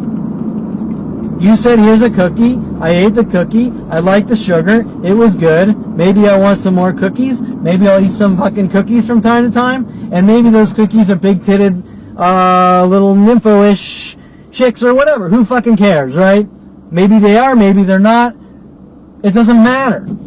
The point is, maybe I meet some big-titty girl that is... And I'm just using this big-titty girls for extreme examples. Maybe I meet some big titty girl that has all the morals in the world, right? My point is, like I said before, that morals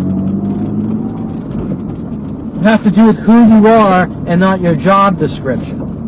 And being a stripper or a porn star or a nun or whatever does not define you. What defines you is doing things like becoming people's friends for 25 years to find out they're hunting you to kill you and saying don't associate with those people or the people that you don't want to be around. Right? Okay. Those are the psychotic murderers. Those are the immoral nut jobs. Okay. So, don't associate with those peoples is a message. You do what we say or we kill you. Okay. So, I got a million thoughts, as I'm sure you can see, but they are all relevant and all apply. The movie 1984 is about just this. Big Brother is watching you.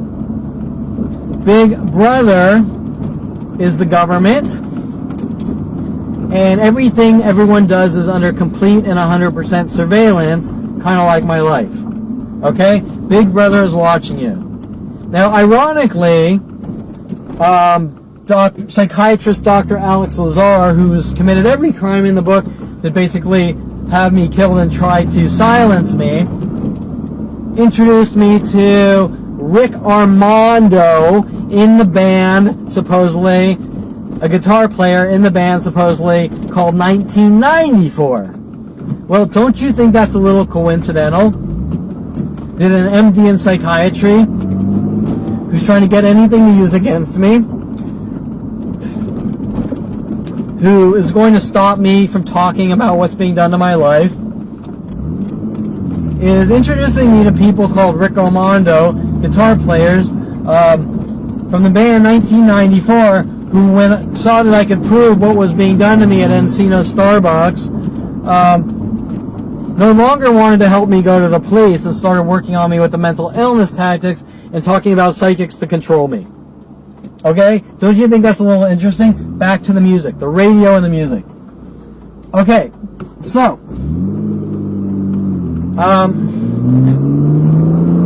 let me think. Mike Huntley is introducing me to Melody, my 11th grade teacher, Miss Tunic, where they stage these operations with a Stefano Cho and a Mike Cho, and what they did was, I mentioned this in a different entry, but so I don't want to go too deep. Stefano Cho, the cool Stefano, sat next to me in 11th grade English with Miss Tunic, and Miss Tunic wanted us to read the book Clockwork Orange. Now, just like Mr. Baylor, I think, who was another English teacher, who wanted us to write papers He wanted us to write our obituaries, which I thought was very strange. And mine being like dying like the Naked Gun. And my mom having an ape shit problem with it, even though that was the assignment. Even though Mr. Baylor in 10th grade or 9th grade English was assigning us, we want you to write your obituaries. 11th grade, Miss Tunick, with the musical, there was Stefano Cho by me, and then there was Mike Cho, who sat across the other side of the classroom, and Mike Cho was like almost like this paranoid Tourette's dude that just kept screaming out, bursting out in class, "You goddamn communist bastards! You goddamn communist bastards!" Right? Well, don't you think that there's some relevance to them trying to flip me out and look like a violent paranoid schizo? Patterns of people in twos and things like this. The musical references. People trying to do to me what was done to Mike Cho. Except I've never even seen Mike Cho. Except for in my English class. He just kind of appeared and disappeared. And I sat by Stefano Cho, which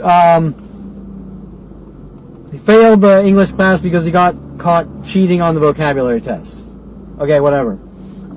Kids cheat on tests in high school. Whatever, happens all the time. Who cares? I'm not going to say I support it, but I'm going to say that kids are kids. Okay. So, interesting enough, Miss Tunick.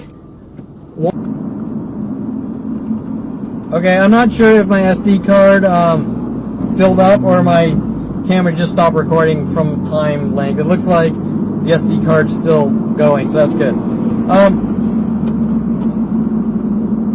Okay, so the point that I was getting at is I'm not a high school teacher, but I find, especially with all the music and weird shit going on in all my life, it is very strange for an 11th grade English teacher to want the class to read A Clockwork Orange is a very violent book about a group of gang members mobbing and raping women. Right?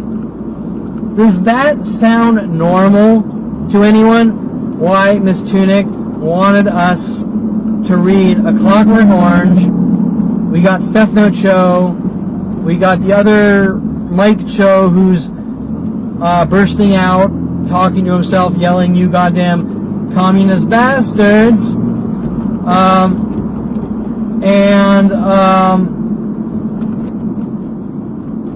The things with people in twos and women in twos and things like that directed at me, that weird freaky thing.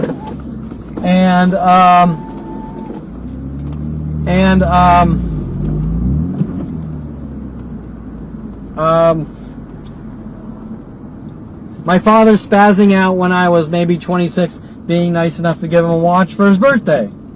Right? Well, why is my father hunting me down and trying to kill me for things like giving him a watch for his birthday? Does that sound a little out there and strange? What is it my father is so defensive about if I give the guy a watch for his birthday? Well, at the time I thought I was just being nice to the psychopath. He clearly has something to hide with watches and time. And that opens up doors to the entire topic and conversation, which I've mentioned in all sorts of diary entries and on my website, about using media to make me mentally ill, to remove me from society. Example, I talk about 5 years old.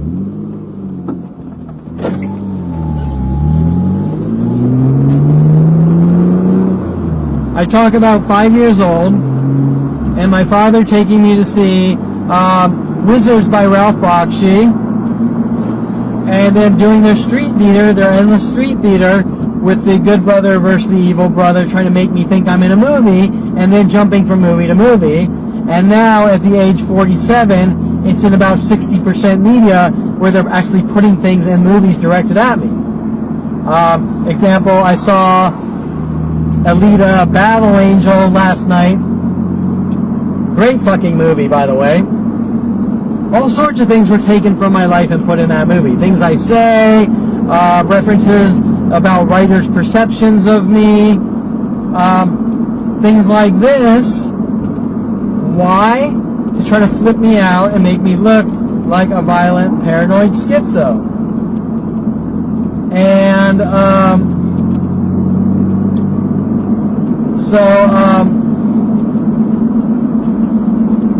you get the idea. And by the way, I'm talking and a cop just made a right turn behind me, and I got this light on here, and they're itching to try to silence me, no matter what it takes. So I'm going to be looking in the rearview mirror here for a while to see what he does. If he pulls me over or whatnot, trying to sort of thug me and things like that, whatever, because they all know what I'm doing. So they all know I'm talking to a camera about my life, but they'll never admit it. Okay, so because they don't want me talking.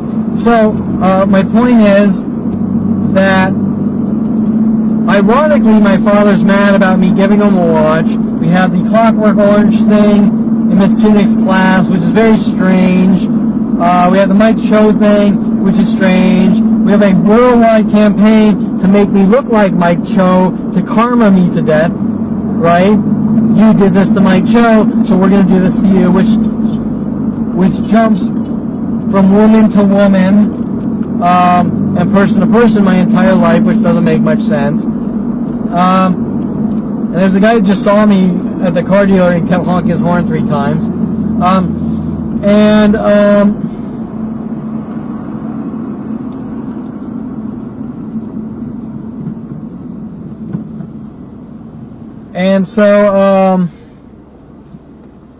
Right, so my father getting defensive about the watch when these references are being used to try to make me look like a violent, paranoid schizo kind of shows my father's true colors, right? And when I mentioned the watch at Topanga LAPD, like my father's a nut and he has a problem with watches, they really got defensive trying to break in my house with Dincy and things like that, right? Okay, so I'm getting a little sidetracked. Music, radio music, all these things are relating, right? Miss Tunic, Melody, black communities hunting me down because when I was 14 and lifting weights, I listened to Damn Yankees, Ted Nugent. Who cares? Is Ted Nugent a racist? No. Is Damn Yankees a little Civil War-ish? Yeah, sure. What does that mean? I can't listen to a band called Damn Yankees or Guns N' Roses, or my father's going to plant guns on me if I listen to the band Guns N' Roses, right? Do you understand where I'm coming from? All these things they're doing are to try to make me look crazy. What else? Radio. Oh, okay, here's some good things I need to talk about. When I was 29, I didn't know what was going on, and I started to find out something was very wrong with my life.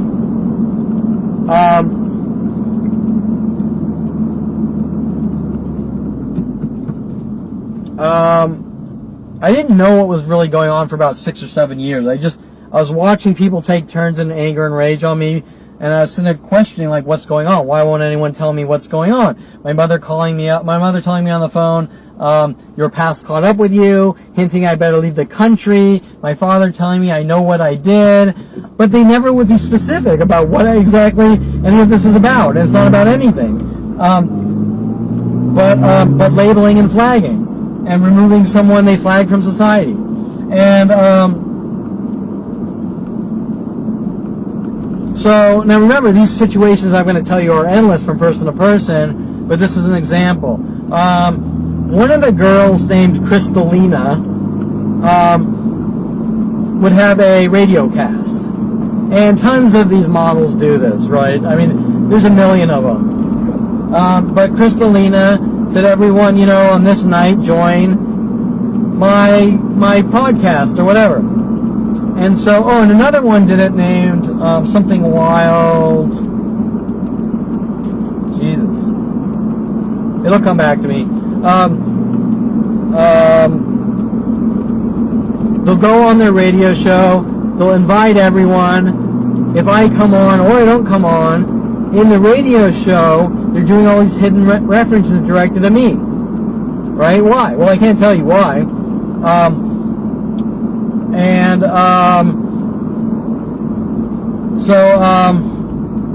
Sorry, I was trying to remember that name because she's on my Twitter probably right now. Black girl, something wild, whatever. And so anyways, the point is that they're inviting everyone to the radio show, the podcast, but then they're directing the hidden messages directed at me to try to turn me into a violent paranoid schizo. Why? Well, there's no answer to the question other than maybe supposedly they're saying I did this to Mike Joe, right, in Miss Tunic's class. Okay, so in Crystalina's radio show, there's also trigger messages that try to make me act out in anger and rage. But this goes from one person to the next. This also goes on with Fox News, Greg Gutfeld, Red Eye, radio shows on the real radio, movies, musicians all write things into their songs like probably Miley Cyrus, Lady Gaga, all based around my life. But they'll never admit to it, right? They'll never admit to the situation that I'm known worldwide, this is going on, you're imagining it, you're a violent paranoid schizo. But there's no answer. What is it about? Well, it all stems from my brother wanting to put me in a mental institution with his friends, and my brother, look at if you want to connect the dots and look at how things are connected based on like a visual hierarchy from person to person, Mike Huntley sent in my life after 14. Who does he introduce me to? Melody the stripper. He's coming after me for associating with a stripper. Right? So, my brother was originally friends with Mike Huntley, and 4 people from the age 20 to 30, Eric Christensen, Val Moroza, Tom Farley, Roddy Miles, all wanted to take me to strip clubs to hunt me down, kill me, make it look like I'm stalking strippers, and make me pay for my crimes of not committing a crime, but doing something that somebody doesn't like or want me to do. Right? Okay, so if we connect the dots on that one, you pretty much have to link that up to my family, paying off the police, saying I don't want my son to associate with strippers, porn stars, build adult websites, play pool because pool is shady, go to coffee shops because going to coffee shops is unheard of, to control a situation, kissing black girls at 8 years old and telling the world I'm a white supremacist, to control every detail of my life. But is it really about control? No. I think control is the illusion to justify extermination. And all of these scenarios are unheard of, whether it be control or flagging and extermination are very unheard of, unless we're talking about people like Adolf Hitler or mass genocide throughout history and cultures. But this isn't history and cultures. This is a planet full of people sent after one person, being told every lie, smear, defamation known to man to create chaos, to create that radio chaos, to have me killed. Now, what's the argument? Well, Kevin's crazy because I heard him yell in his room. Right?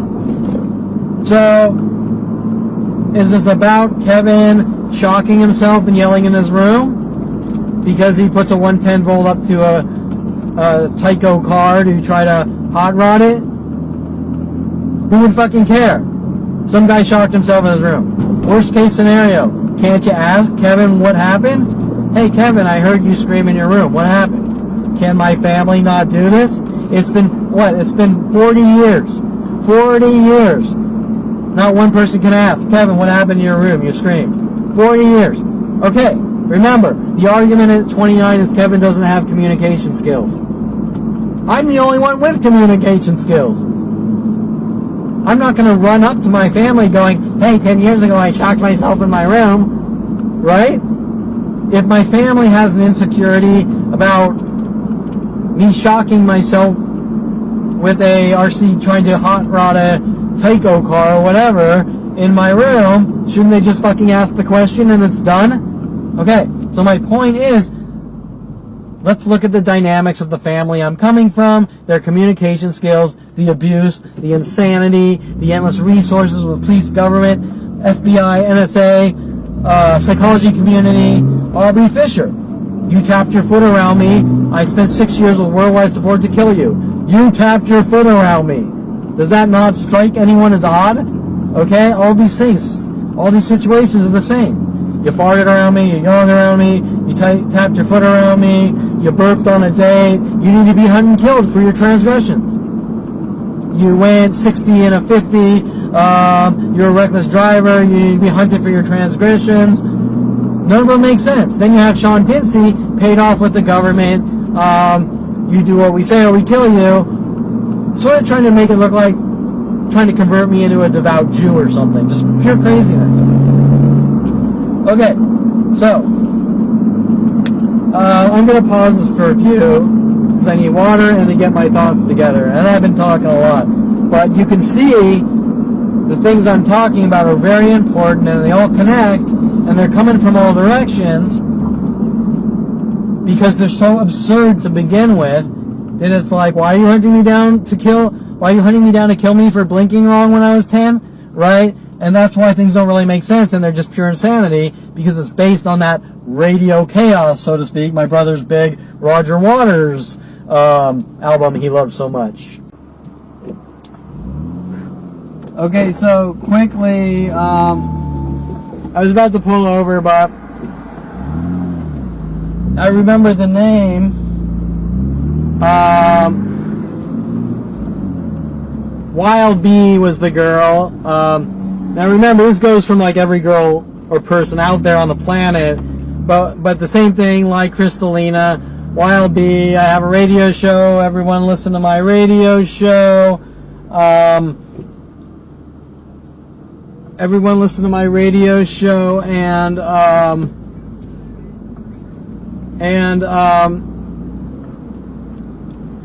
interesting that Los Tres Hermanos, a cop's waiting backwards there. Interesting.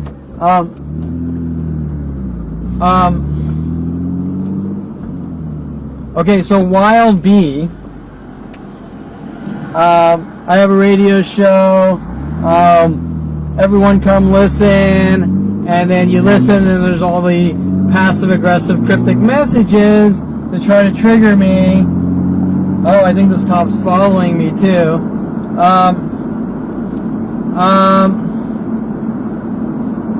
And so,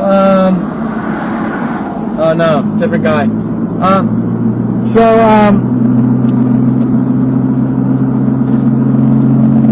Then on the show is the provokings. I'm going to try to get this guy to, I'm going to try to Mike Cho this guy, so to speak. That's the only thing I can kind of associate this to. I don't know why I have worldwide support to try to turn me into a violent paranoid schizo since 5 years old. It's very strange. And lock me away. So Wild Bee radio show, cryptic trigger messages. We want to trigger you into reactions. And then, of course, you find out, maybe you speak up about it, maybe directly or indirectly, then comes the block. How dare you? They turn around. How dare you? You're a bad person. You're a crazy man. Don't say anything. I don't know you. The same thing that happens to me with almost every person on the planet. Right? They'll block you. They'll go, it's because you did this, because you're a spammer, because you farted, because you blinked. But the real reason they're doing these things is to cover up what's going on. Now, there's also references about bees, like with Bridget B, the porn star, and Plan B, the strip club, which Rodi Morales brought me to, and Bridges about movies, and probably linking to Jeff Bridges and the movie Tron, and all sorts of references and connections to movies, and it's coming from all directions to make me look crazy. That's the point. So while Wild B and Crystalina are just two numbers out of billions, I'm just sort of using their examples because they're all involved in the same things of trying to make me look crazy, which I'll link back to Brian Weaver saying, Kevin, let's go to Kevin's Burgers where the hot rods meet, and then hinting to the world that I'm trying to blow up women, like my brother used to make combustion burgers, trying to blow up hamburgers, and then we started doing it a few times. So once you figure out the patterns of behavior, my brother's trying to blow up combustion burgers was my brother and friends cooking hamburgers, and they would load it up with as much alcohol as they can in hopes that they could blow up the hamburger on the grill. That's what combustion burgers were. And then me and my friends started doing it a couple of times, just having some fun. And this is high school, right? And after that, I get into building cars, and Brian Weaver wants to take me out to Kevin's Burgers where all the hot rods are meeting, and he obviously starts building cars after I do.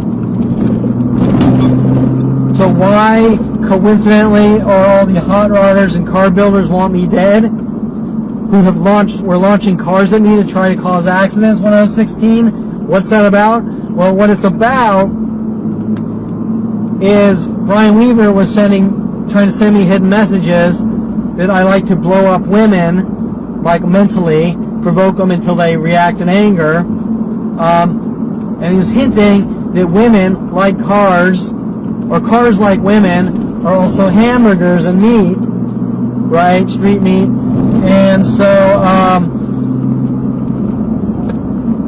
the entire paranoid schizophrenia tactic with Brian Weaver taking Kevin Perlman to Kevin's Burgers. Oh, wait, 7-Eleven. And the cop was waiting at that 7-Eleven. Remember I was telling you the cops waited all 7-Elevens in case I go get Slurpees.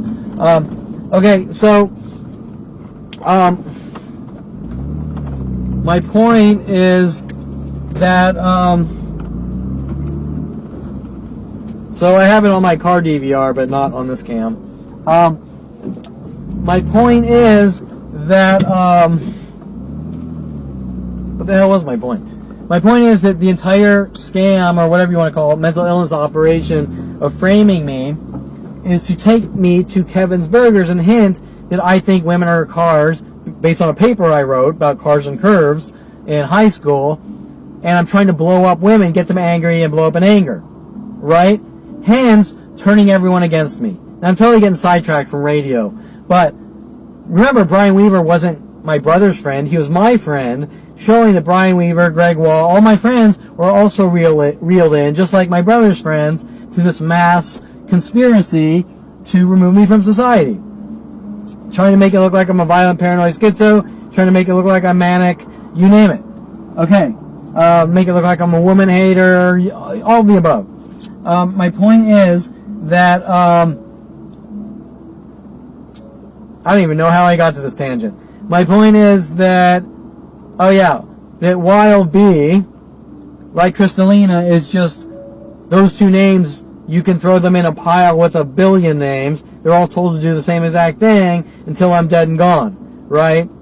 But it all comes down to these people needing to start being honest about the situation and what's really going on, and talk about who approached them and are telling them to take part in this mass murder operation. Okay, now I'm at 7-Eleven and I'm going to get something to drink and probably a Slurpee. And Tom Farley might hunt me down with the NSA, FBI, and Dincy for buying a Slurpee for the Slurpee crime because Slurpees have sugar. Yes, I know, it doesn't make any sense. But when you have a worldwide paranoid schizophrenia campaign to exterminate you since 5 years old, nothing really does make sense. Okay, so I stopped at 7-Eleven, and the first thought that goes to my head is when I was like 14 and skating from Hidden Hills to my father's house, and my neurotic mother saying, don't go to 7-Elevens at night because that's where drug dealers hang out, like down in like Woodland Hills area. It's like, that's a little freaking neurotic. Okay, so anyways, I'm leaving 7-Eleven. I've also noticed the ramp up of police cars at 7-Elevens since my statement about getting Slurpees and Tom Farley going ballistic on me at 29 for getting Slurpees. I can't tell you why exactly they're at the 7-Elevens, but I'm pretty sure it's based around me. Other things I want to note. Oh, well, I got my water. I got some coffee. I didn't get a Slurpee. I went for the other sin that I'm not allowed to have. I don't know why. Somehow it leads to my manic depression, my imaginary manic depression and imaginary OCD that don't exist or something. I don't know. And then of course the real sin, ironically talking about cookies. I got a box full of cookies here. So eat outside the box, everyone. I'm sure I will be hunted and killed for each and every cookie I eat here because cookies aren't healthy like vegetables. Okay, so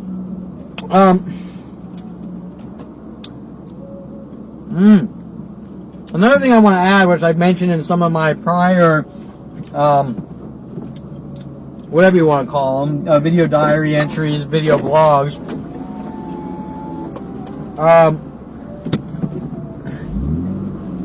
is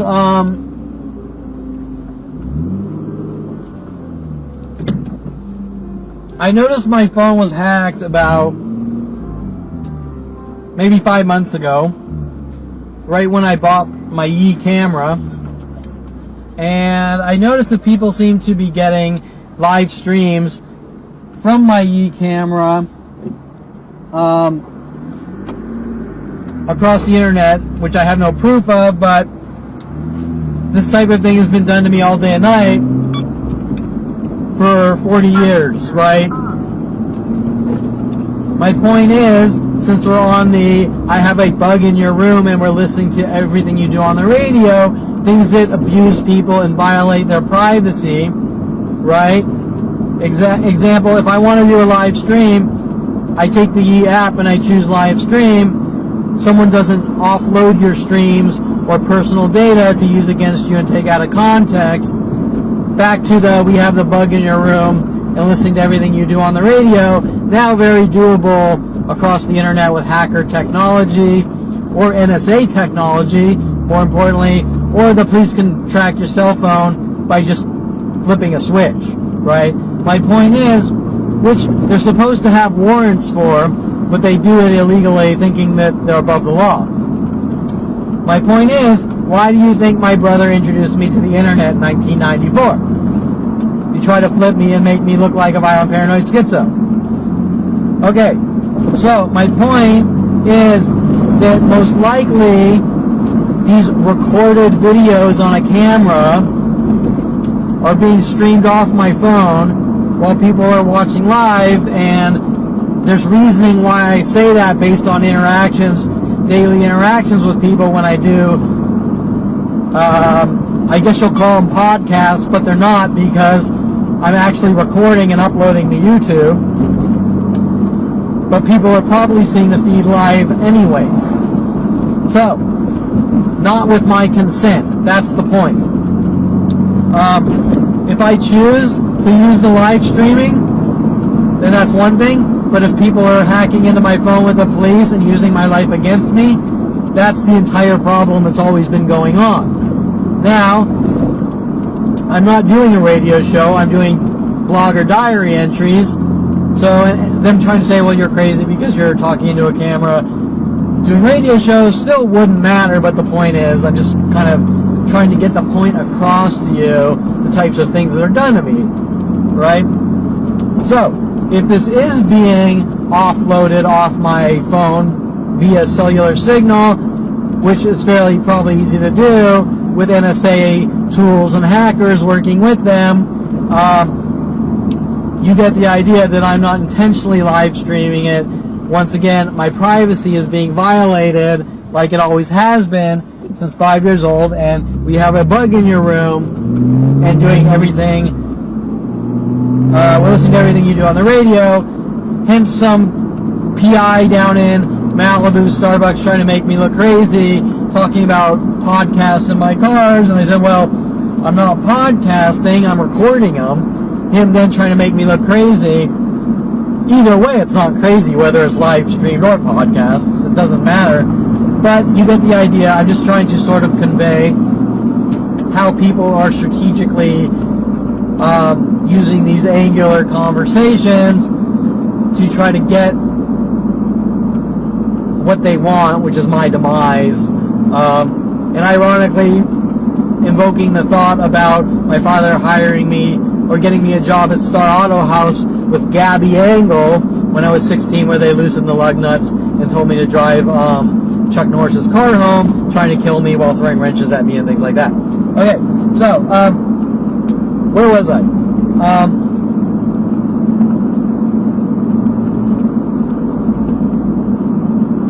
Adriana Alvarez. I'm sort of jumping to the future around 26. My father and Lorena Escobar want me to meet Adriana Olivares. They're sending after me to hunt me down. Adriana Olivares running around the office saying I'm going to get the doctor's son. Well, I worked at Signet above my father in his building because he gave us this great Ventura Boulevard rent price. Little did I know that they were having Mike Huntley put our switch onto their network so that they could put spyware and do horrible things to me, which they're trying to cover up still to this day. Adriana Olivares, my father wanting me to meet, and turns out basically sent into my life as some kind of like ultimatum. You date, marry, have kids with this girl, or we kill you. Little did I know, I just saw some immature girl running around looking like she wanted a trophy boyfriend, and I was completely turned off and into more mature people. I did put her on the friendship level, letting her into my life. And the first date she wanted to go out on with Lorena Escobar and my father was a chaperone date with her mother, roller skating. Or roller skating or rollerblading, I don't remember. Now, if you're thinking like a normal person and these things aren't being done to you, you're not going to be thinking about anything but, oh, we're just going out to a cheesy roller rink.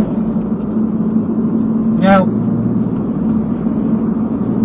after knowing her for several years, seeing who she really is, finding out that her statements, I'm going to get the doctor's son, taking journalism classes and things like this, were all about a girl that was paid off to have me killed, just like Lorena Escobar and her and Lorena Escobar friends. You get the idea. But when we're going back to, I can list off 100 things alone from Adriana Olivares that she's involved in doing to me, but I want to stick to one thing, and we're going to stick to the radio and music. The first date she wanted to take me to she took me to was the roller ring, chaperoned by her mother, I think my father. They tried to do this group thing to make it look like it wasn't a date, but it was a date. You understand? We're just going out as a group of people, but we're trying to get you together, right? That all applies to Pink Floyd and If You Should Go Skating on the Thin Ice of My Life. That's why they chose the rollerblade ring or whatever. Now most people will be like, that's crazy, what are you talking about?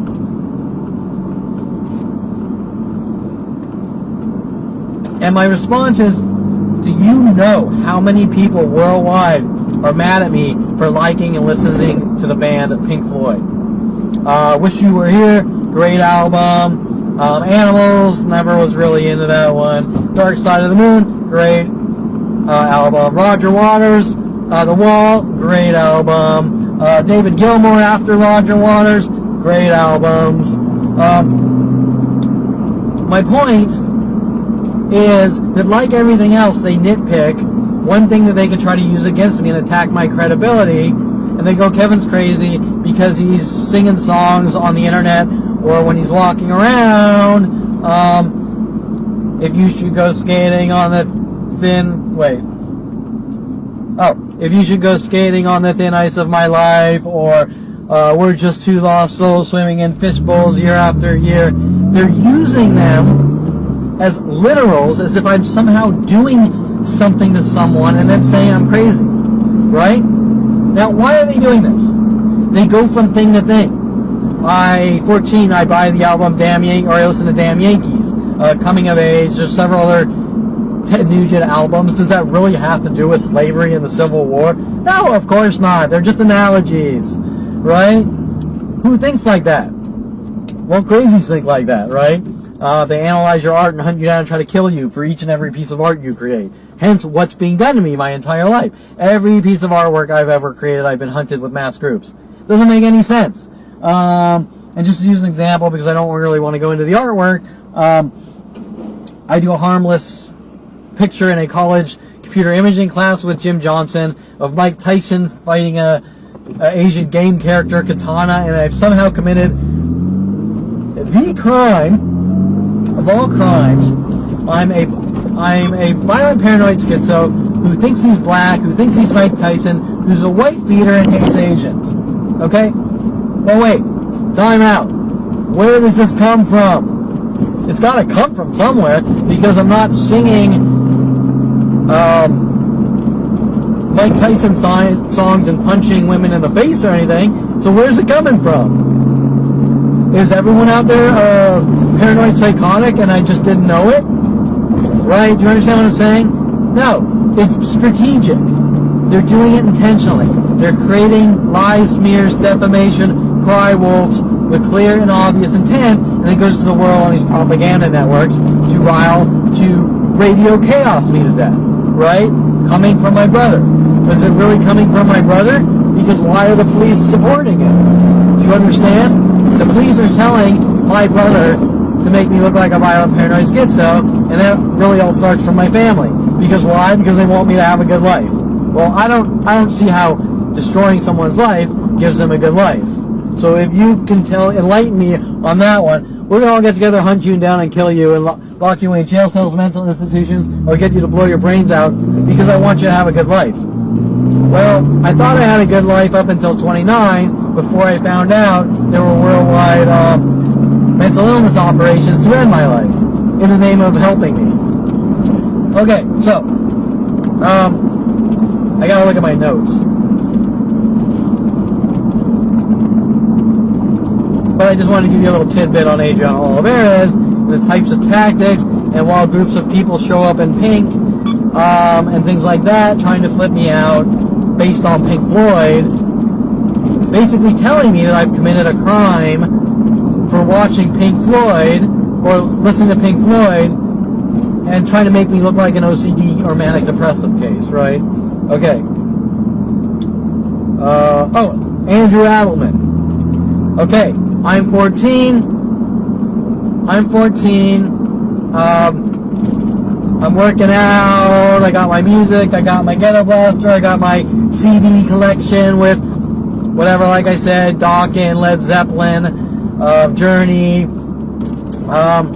Guns N' Roses, Poison, all the classics that everyone loves. Oh, probably some Beatles. I was veered outside to fairly different eras, but I didn't really go into the super boring, the things I find boring, like, I don't fucking know, Mel Torme, or Before Rock and Roll, whatever, that's not my thing. Okay, so, Damn Yankees is the big one. I keep mentioning Damn Yankees because I've had the black community and every other community hunting me down since kissing a black girl at 8 years old, and my family, police, and government telling the world I'm a violent, paranoid schizo and a white supremacist. Why am I a white supremacist? I kissed a black girl, my family got mad. That's very strange. Okay, so,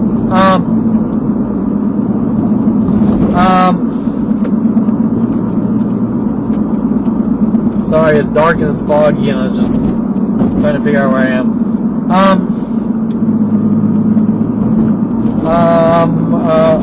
Andrew Adelman. So, when I'm 14 Andrew Adelman is probably 16 with all his brother and his friends. I'm friends with my friends, and I'm friends with my brother's friends because I was put back a grade in T1, and my brother is 2 years older. So what does that mean? It means that I'm actually in between my friends and my brother's friends' age. So I'm kind of hanging out with both.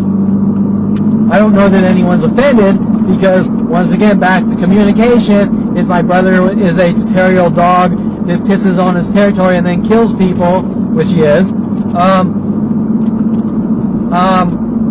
normally communication skills says, Kevin, these are my friends. Go do your own thing. Nothing was ever said like that.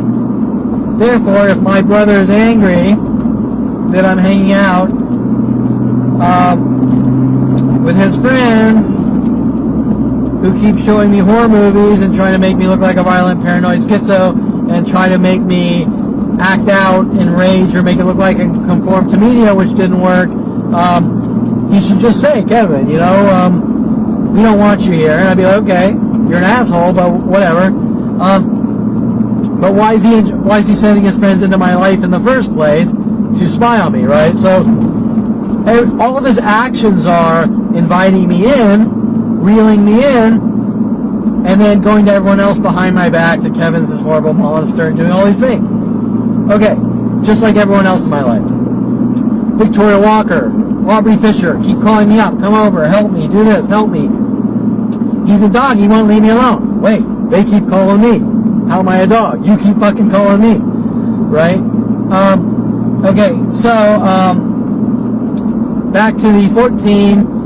You can understand the age difference. I'm 14. My brother and his friends are all driving with their road rage shit. I'm lifting, working out, building RC cars. And Andy Alleman is driving around in Norma, a green 1967 Mustang with a Confederate hat. Why did Andy choose a Confederate hat? Well, I can't exactly tell you the whys, but let's do the math.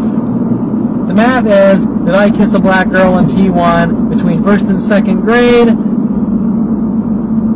My family go 8-ball ballistic, banana ball ballistic, whatever. That I kissed a black girl. I'm labeled a white supremacist. They bring in the band Devo. One of the kids' parents supposedly was in Devo. Devo, Whip It Good, right? You get the reference. Even though Whip It Good's not about slavery, they're trying to use these situations around me to apply it to me. Does that make sense? So now, I kiss a black girl, they're mad at me, Devo comes in, they sing Whip It Good, they're trying to make up lies. Well, Kevin listened to Devo, now he hates black people and wants to make them the slaves, right? Well, it doesn't really make much sense, but these arguments by adults with authority are being created with agendas to remove me from society, right? Then what happens is the teacher cracks an egg while they're cooking, and a fertilized chicken embryo falls in what she's cooking, and hence the relationship between black people from Starbucks following me a couple years ago home while on my bicycle and egg mobbing me to death, linking back to Devo, the accusations that I'm a white supremacist because I kissed a black girl, right? Back to music. But why? Well, the why isn't anything but government flagging. We're going to rid this person of the world. We don't like him. We don't trust him. He's gone. He's a dead man. Okay, so you get the idea. So my crime of buying 100 albums, 100 CDs, and they nitpick one out of them. Oh, well, damn Yankees shows that he's a racist. Well, that doesn't show jack shit, but that's how they're twisting and contorting and taking things out of context and feeding the world full of these lies, also known as propaganda, defamation, slander, libel, whatever, civil crimes, but in this case with criminal intent to kill me or rid me of the world based on their radio chaos, so to speak, a chaotic world for me that tortures me and kills me, with premeditation, motive, and intent. Okay, so you understand now why Andrew Adelman would choose to name his Mustang Norma, his green Mustang Norma, and put on the Confederate hat, somehow trying to apply it to me. Maybe Kevin's hanging out with a group of white supremacists, right? But yet, I don't see my brother being shunned or all his friends being shunned around the world for what they did. For some reason, they're coming after me saying I did it and I better not tell anyone. Now, on a little side note, everything that anyone's ever done in my life, they've pinned on me. From Tom Farley egg mobbing Eric Johnson to Richard Grunberg stealing Mr. Woodman, or the Woodman skateboards, Ian Woodman's skateboards. All these things are all for some reason pinned on me. Okay, so where am I on my notes?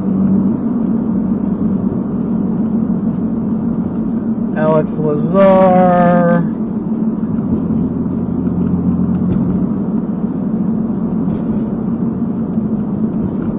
All therapists have been contacted to stop me from talking. Well, that's obvious.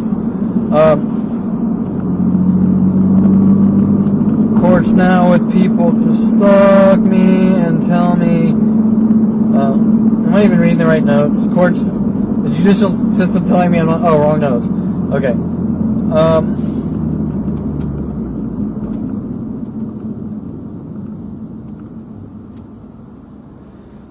Oof. Brothers, we want to open you up so to speak until you die. I don't even know what I meant by brothers, death threat, psycho car, radio, walker, music, Nikki Six, Brandy Brandt. That's obvious, right? They're trying to make it like I conform to musicians that think I'm a musician.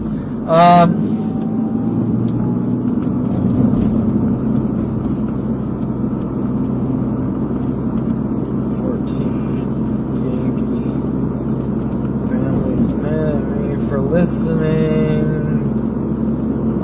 Guns N' Roses. Well, I haven't pieced Guns N' Roses together too deeply, but there's a whole bunch of tangents with Guns N' Roses. I don't know if I want to go into the minute details, but there's an issue with my father and me and guns for no reason at all.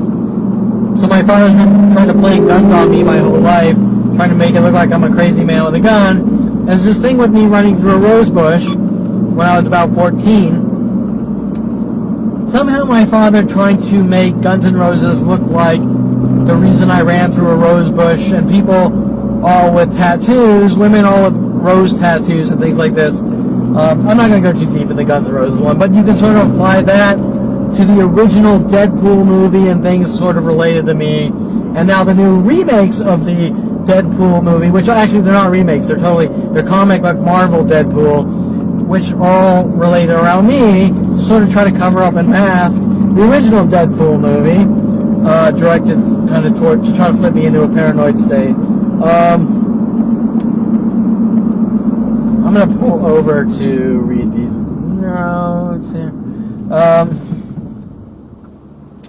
Pink Floyd switches to Kevin's not allowed to listen to music. Oh, okay. So now we're in. So that was my childhood. We're going after Kevin for listening to music. Does that make sense? It doesn't really make sense. We're going after Kevin for listening to music, creating art, watching movies. My brother told to show me endless horror movies in hopes that he can make me look like a crazy man.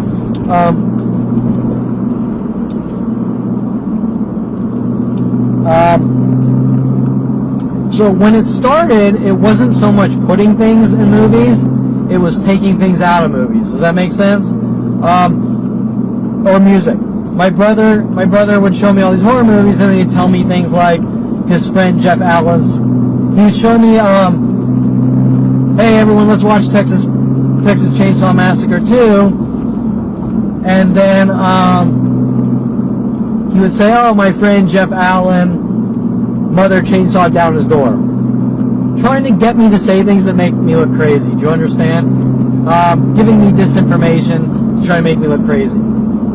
So, of course, I wasn't running around saying Jeff Allen's mother chainsawed down his door because I wasn't there. I don't fucking know. But that's what my brother was doing. Then I heard other things about Jeff Allen. Supposedly, he was like stealing cards and selling them or something like that, which I have a feeling wasn't really happening. I think my brother was just kind of trying to turn me into a card thief, right? Trying to set me up like everything else. Manipulate me. Get me to conform to crime so they could use it against me, which they failed on every level, always. So in the beginning, it was about trying to get me to conform to movies. Now, after 29, when I started figuring these things out, they got mad.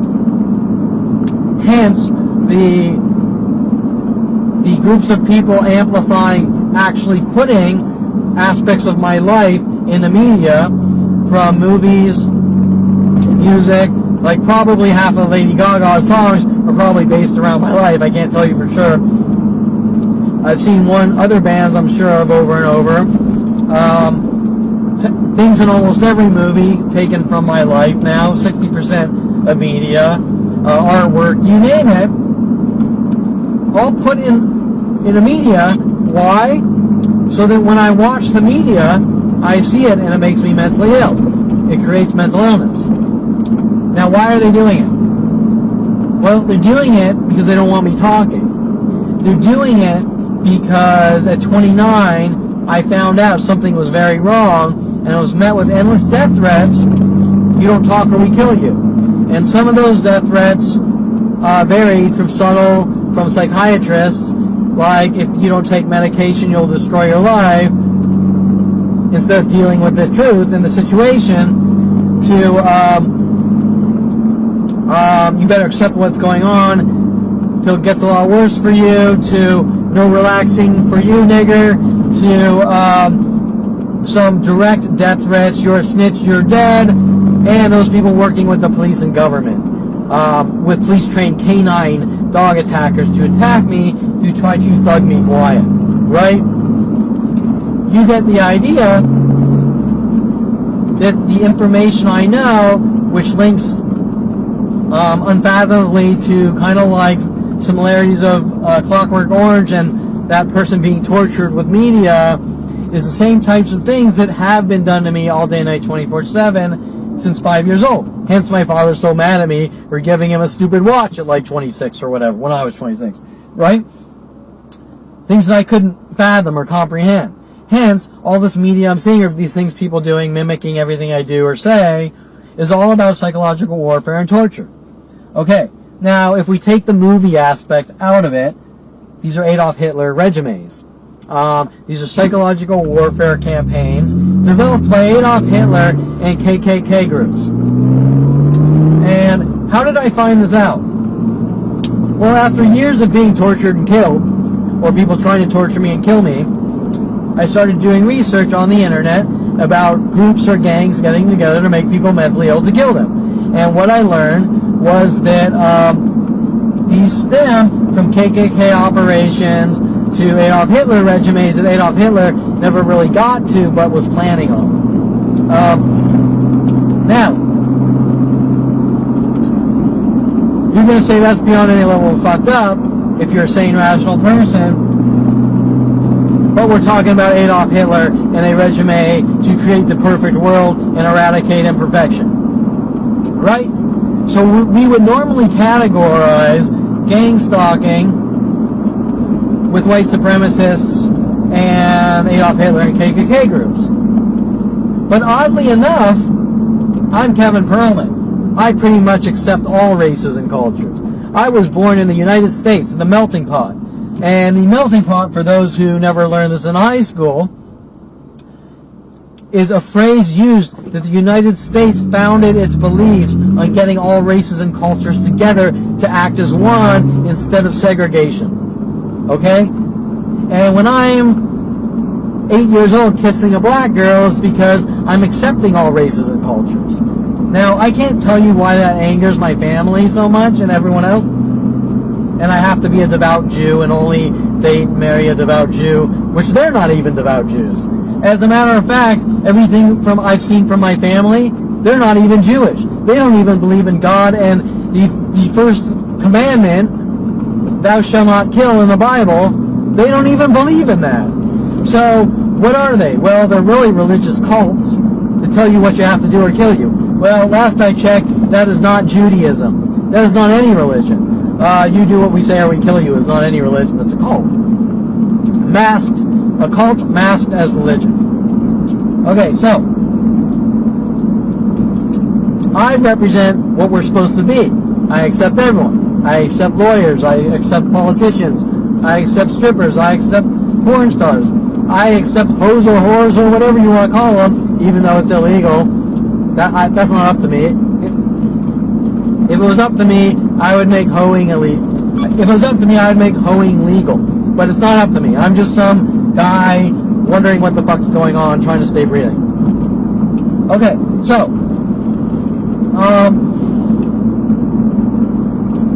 where the fuck was I? Melting pot, everyone together. My family mad at me for being open-minded. Doesn't make any sense. I totally lost my train of thought. I gotta pause this. Okay, so my point was, while we're in the melting pot, while we're in the United States of America, who fled over here so we can have our freedoms and Bill of Rights and Constitution to protect all of us, so we all have privacy. Oh, are we recording? Yes. So that we can all have our privacy, so that we can all be safe and protected by our police and government. A government by the people, for all of us, who elect people in power based on a Congress and Senate, basically saying if our president is a crazy man, he doesn't have the power to do anything because we have the Congress and the Senate to vote based on popular demand. When it comes to Kevin Perlman, none of that applies. It's all taken out of the equation. I have no constitutional rights, protections. I'm not protected by the police, the government. Since 5 years old, I've been hunted.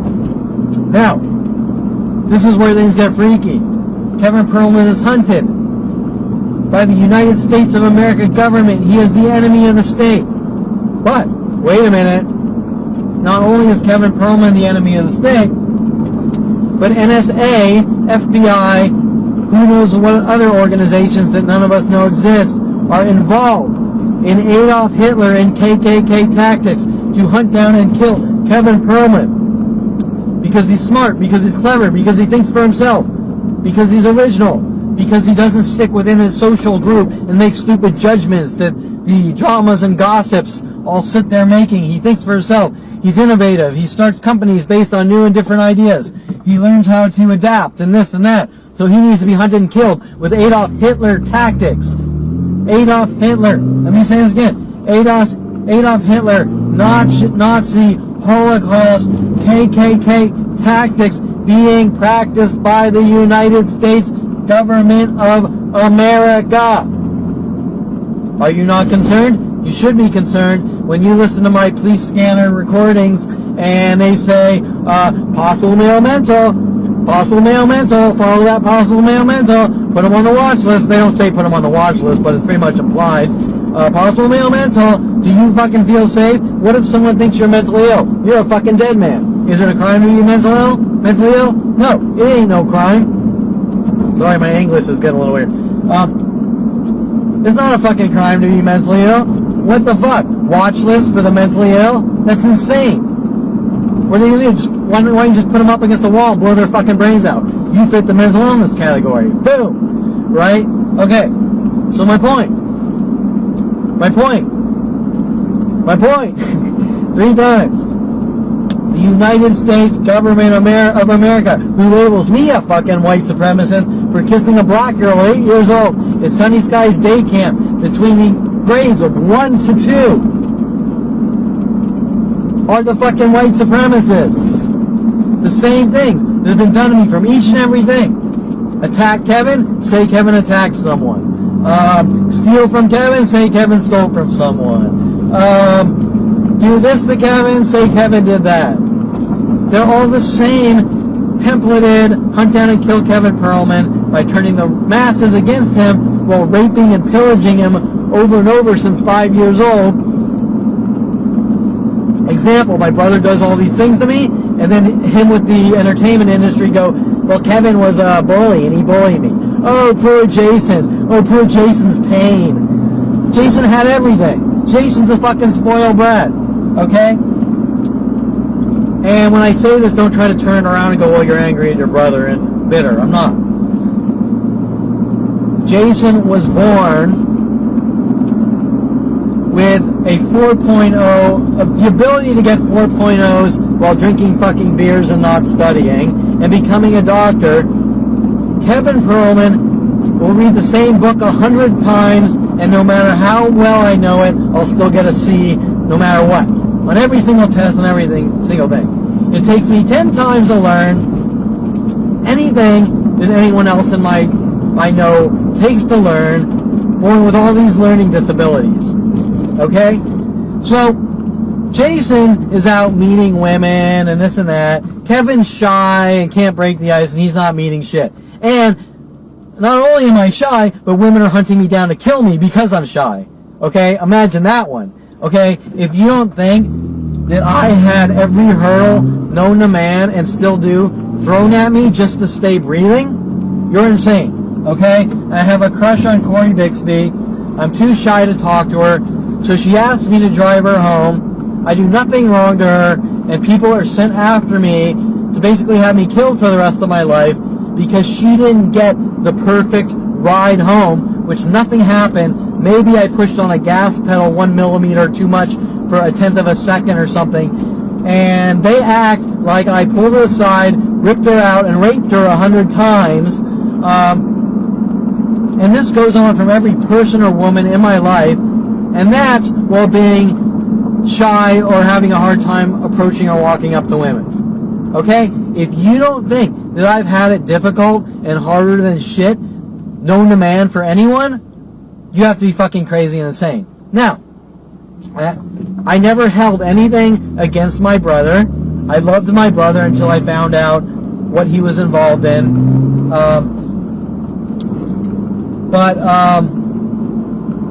My point is that Mr. 4.0, I get everything I want in life, is sitting there running around, to the entertainment industry. Oh, poor me. Oh, poor me. Jason's pain. Jason's pain. I'm poor me. I'm a urologist with an MD. I've had women in my life my entire life. I have everything. Oh, poor me. Jason's pain. Right? And it's like, did I totally fucking miss something? So this little fucker who's sending his friends after me to make me mentally ill and put me in a mental institution with these Adolf Hitler tactics since a young child is claiming that I'm the one bullying him as we grew up and all these things. I'm the one doing all these things to my brother, the 2-year-old younger brother. Wait a minute, time out here. Did I totally fucking miss something? This guy has exerted every resource known to man and redefined history in hunting his younger brother down and killing him, all with the excuse that at 8 years old I supposedly bullied him. Yeah, right. I'm just a bully who's bullying my older brother. Bullshit.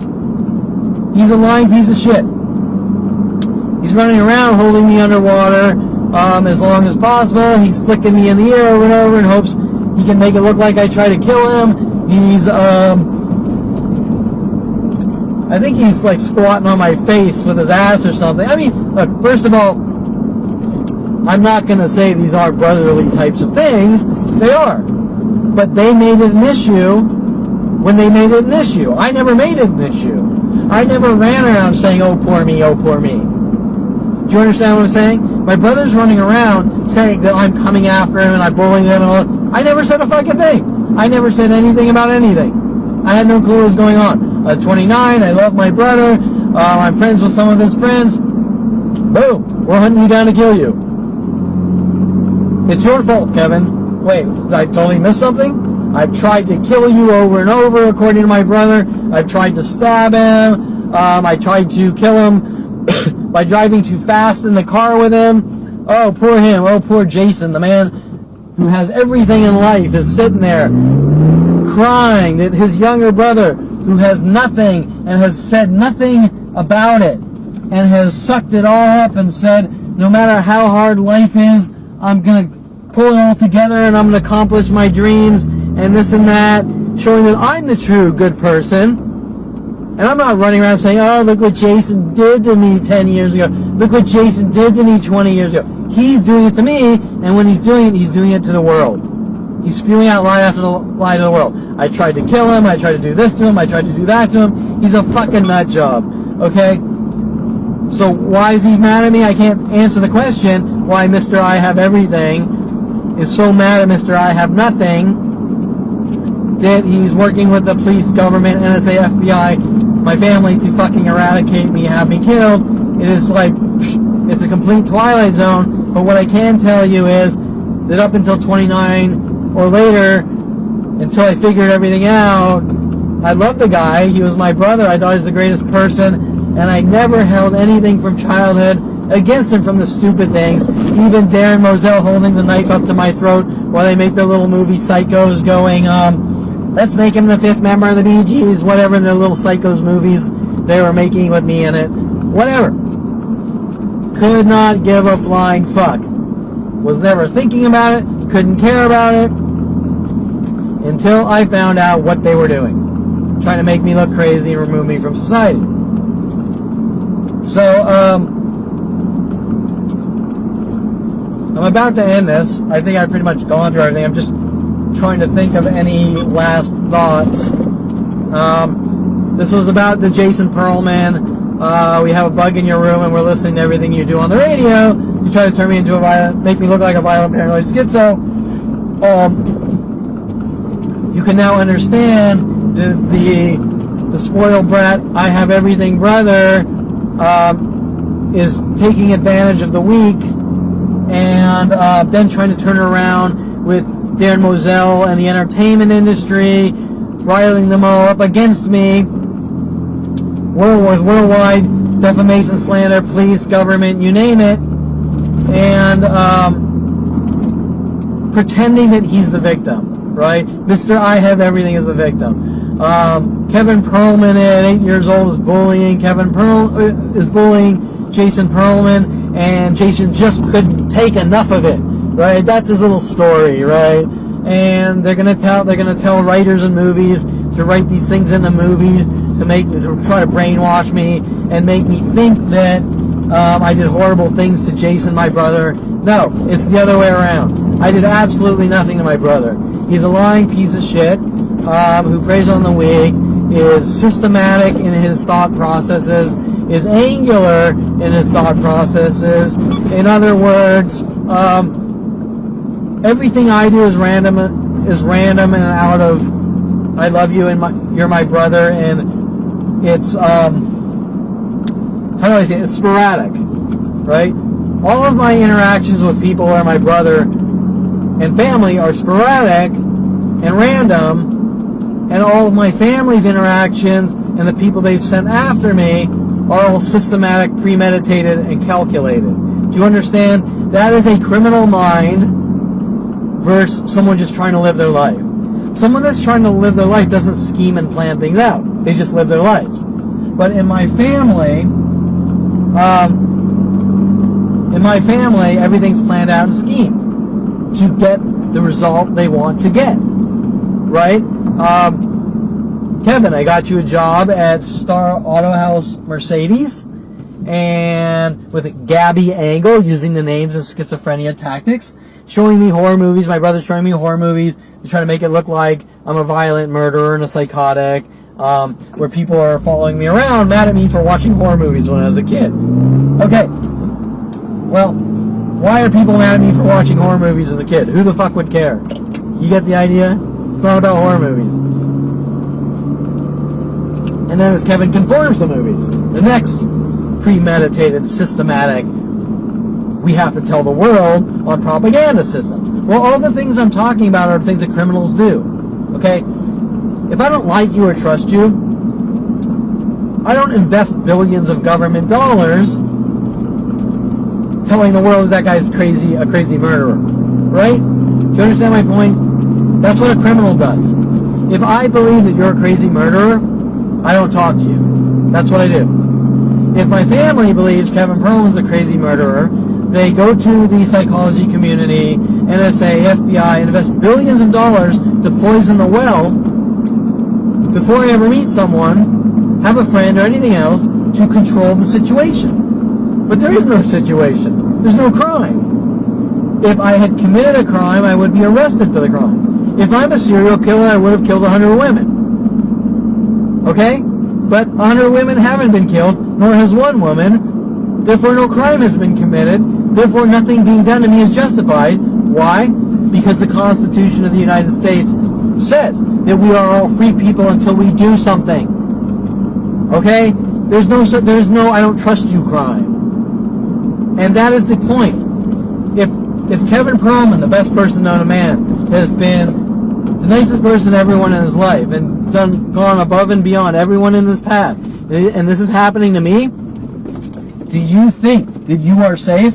Trust me, when these assholes are calling me an asshole, let me tell you, they don't know what an asshole is, and they've redefined the term asshole. And when they say Kevin Perlman is an asshole, that applies to like one hiccup across 40 years, okay? But going around with worldwide murder systems to kill someone since 5 years old, that's not an asshole. That's not someone who fits the Adolf Hitler mass genocide personality. Those are good people.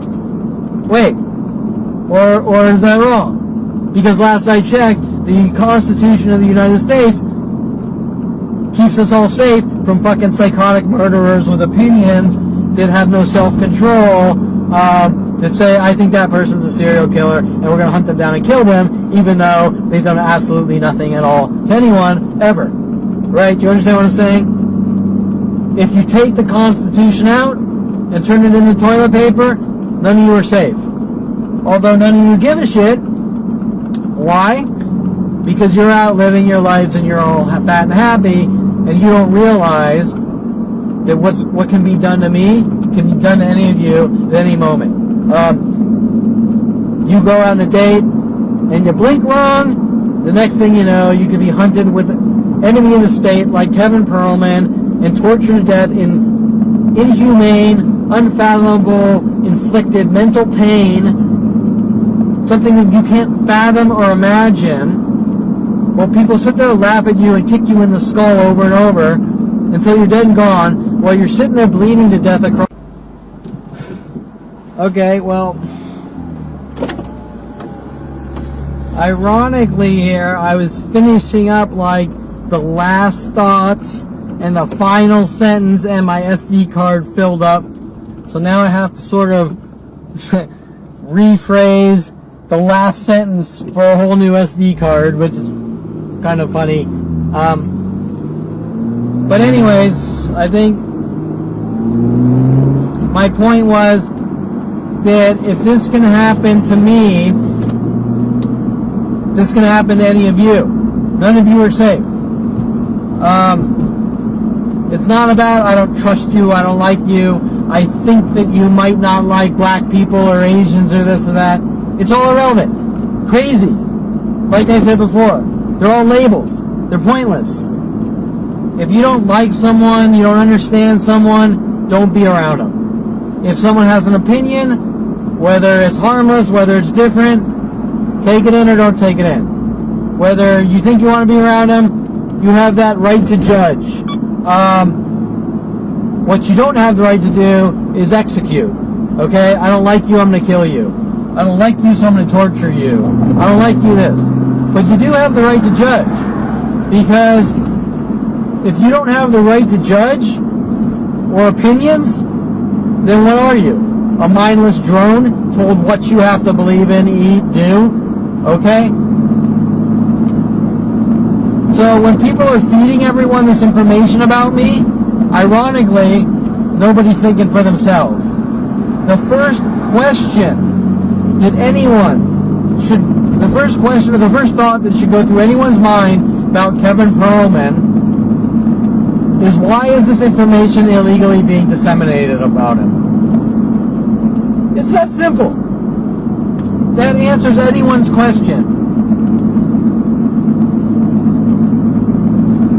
There's a man walking around the planet with billions of illegal government dollars invested on him to torture and kill him and give the world every lie, smear, defamation, slander known to man, to create enough chaos to kill him in such a way that you off him in a clean, no loose end type of way, and no questions are being asked. Why am I getting this information this way? Right? It doesn't even matter what the information is. Why is a police officer going from door to door, proverbially going from door to door, notifying that Kevin's a crazy man and needs to die?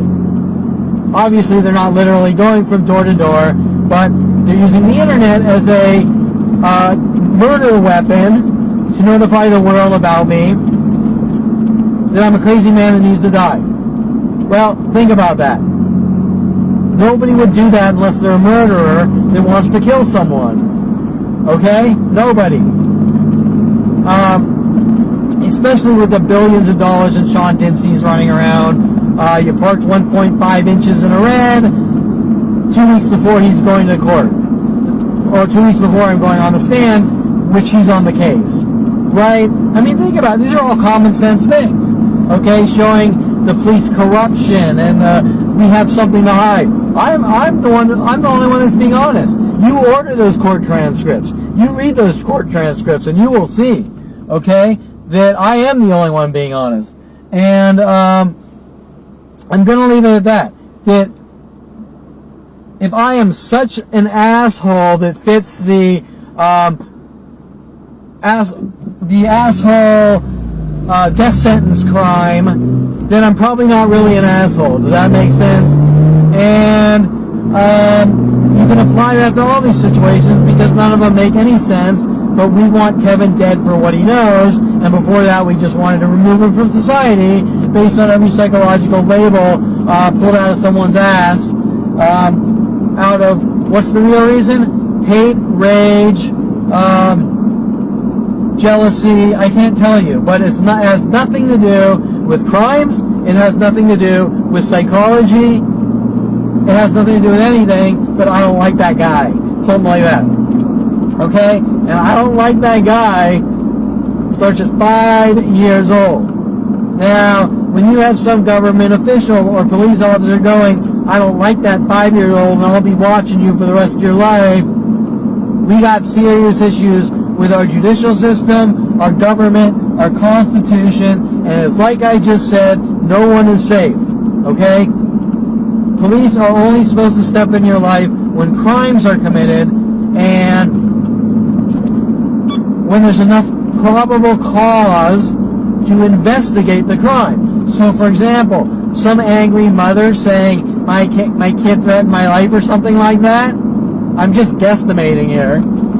The cops aren't going to hunt down the kid for his entire life. The cops are going to go, I don't see a fucking threat. What are you talking about? Did he swing a fucking, did he grab a chainsaw and start chasing you after with it or anything? No? Okay. Well, there's no fucking issue. And I guess I could say, even if he did start following you around with a chainsaw, he's not doing it now, so why are you following him from place to place? You know, I'm just sort of thinking of theoreticals so you understand the reality of the situation is that anything that's being done to me isn't making any sense, right? And then, since it's a double standard, when I go to the police with the actual video footage of the crimes against me, they don't want it or care. Okay, so once again, everything the police have been told about me is hearsay, fiction and fantasy, and they're hunting me down with billions of dollars. And everything I have is video proof and evidence, black and white, non-disputable, and they don't want any of it. How do you explain that? Okay, so I think I'm going to leave it at that, because I think I've just made my point based on common sense, who's being truthful and who's not, and the fact that I've been forced into proving this on video and with video and photos, and what was done to me for that alone shows that I am the only one who has ever, for 47 years, been the one with nothing to hide, and have let everyone in my life, my entire life, not everyone, but let me put it this way. I accept everyone. You might not be on my inner circle. I might not even understand you. Example, I don't understand Obama. I don't know where the fuck that dude's coming from with his idealistic agenda of just pure insanity and weirdness. But I would still go out to lunch with him, and I would still gab about his beliefs and my beliefs and middle ground and this and that. Okay? So my point is that I may not like you, I may not understand you, you might not be in my life, maybe I'm uncomfortable around you, this and that, but it doesn't mean I have something against you or those people, right? If you understand what I'm saying. Okay, I'm not going to let everyone in my life, and nobody's going to let everyone in their life, but it doesn't mean the polar opposite, okay? So, once again, everyone has judgments, and that's how we work. You go out on a date, both people are judging each other whether they want to be around them the next time, okay? It's not a good thing, it's not a bad thing, it's how life works. And those who understand each other gravitate towards each other, I guess, unless you're in my life where the well's being poisoned your entire life since 5 years old, and you might want to ask Melissa Detweiler about that. Okay, so that's it. I'm tired. I hope I got my point across about music and radios, them using media to try to make me look like a violent paranoid schizo. Ironically, just like the movie Clockwork Orange, my father flipped me out for buying him a harmless watch for one of his birthdays before 30, which shows why he's so defensive. The police break-ins because I have so much incriminating attempts, because I have so much incriminating evidence against these 40-year murder operations, and everything else. And until the next blogger diary entry, and you get the idea. Oh, and before I cut this short, I'm gonna eat a cookie. So don't try to kill me for eating the cookie crime.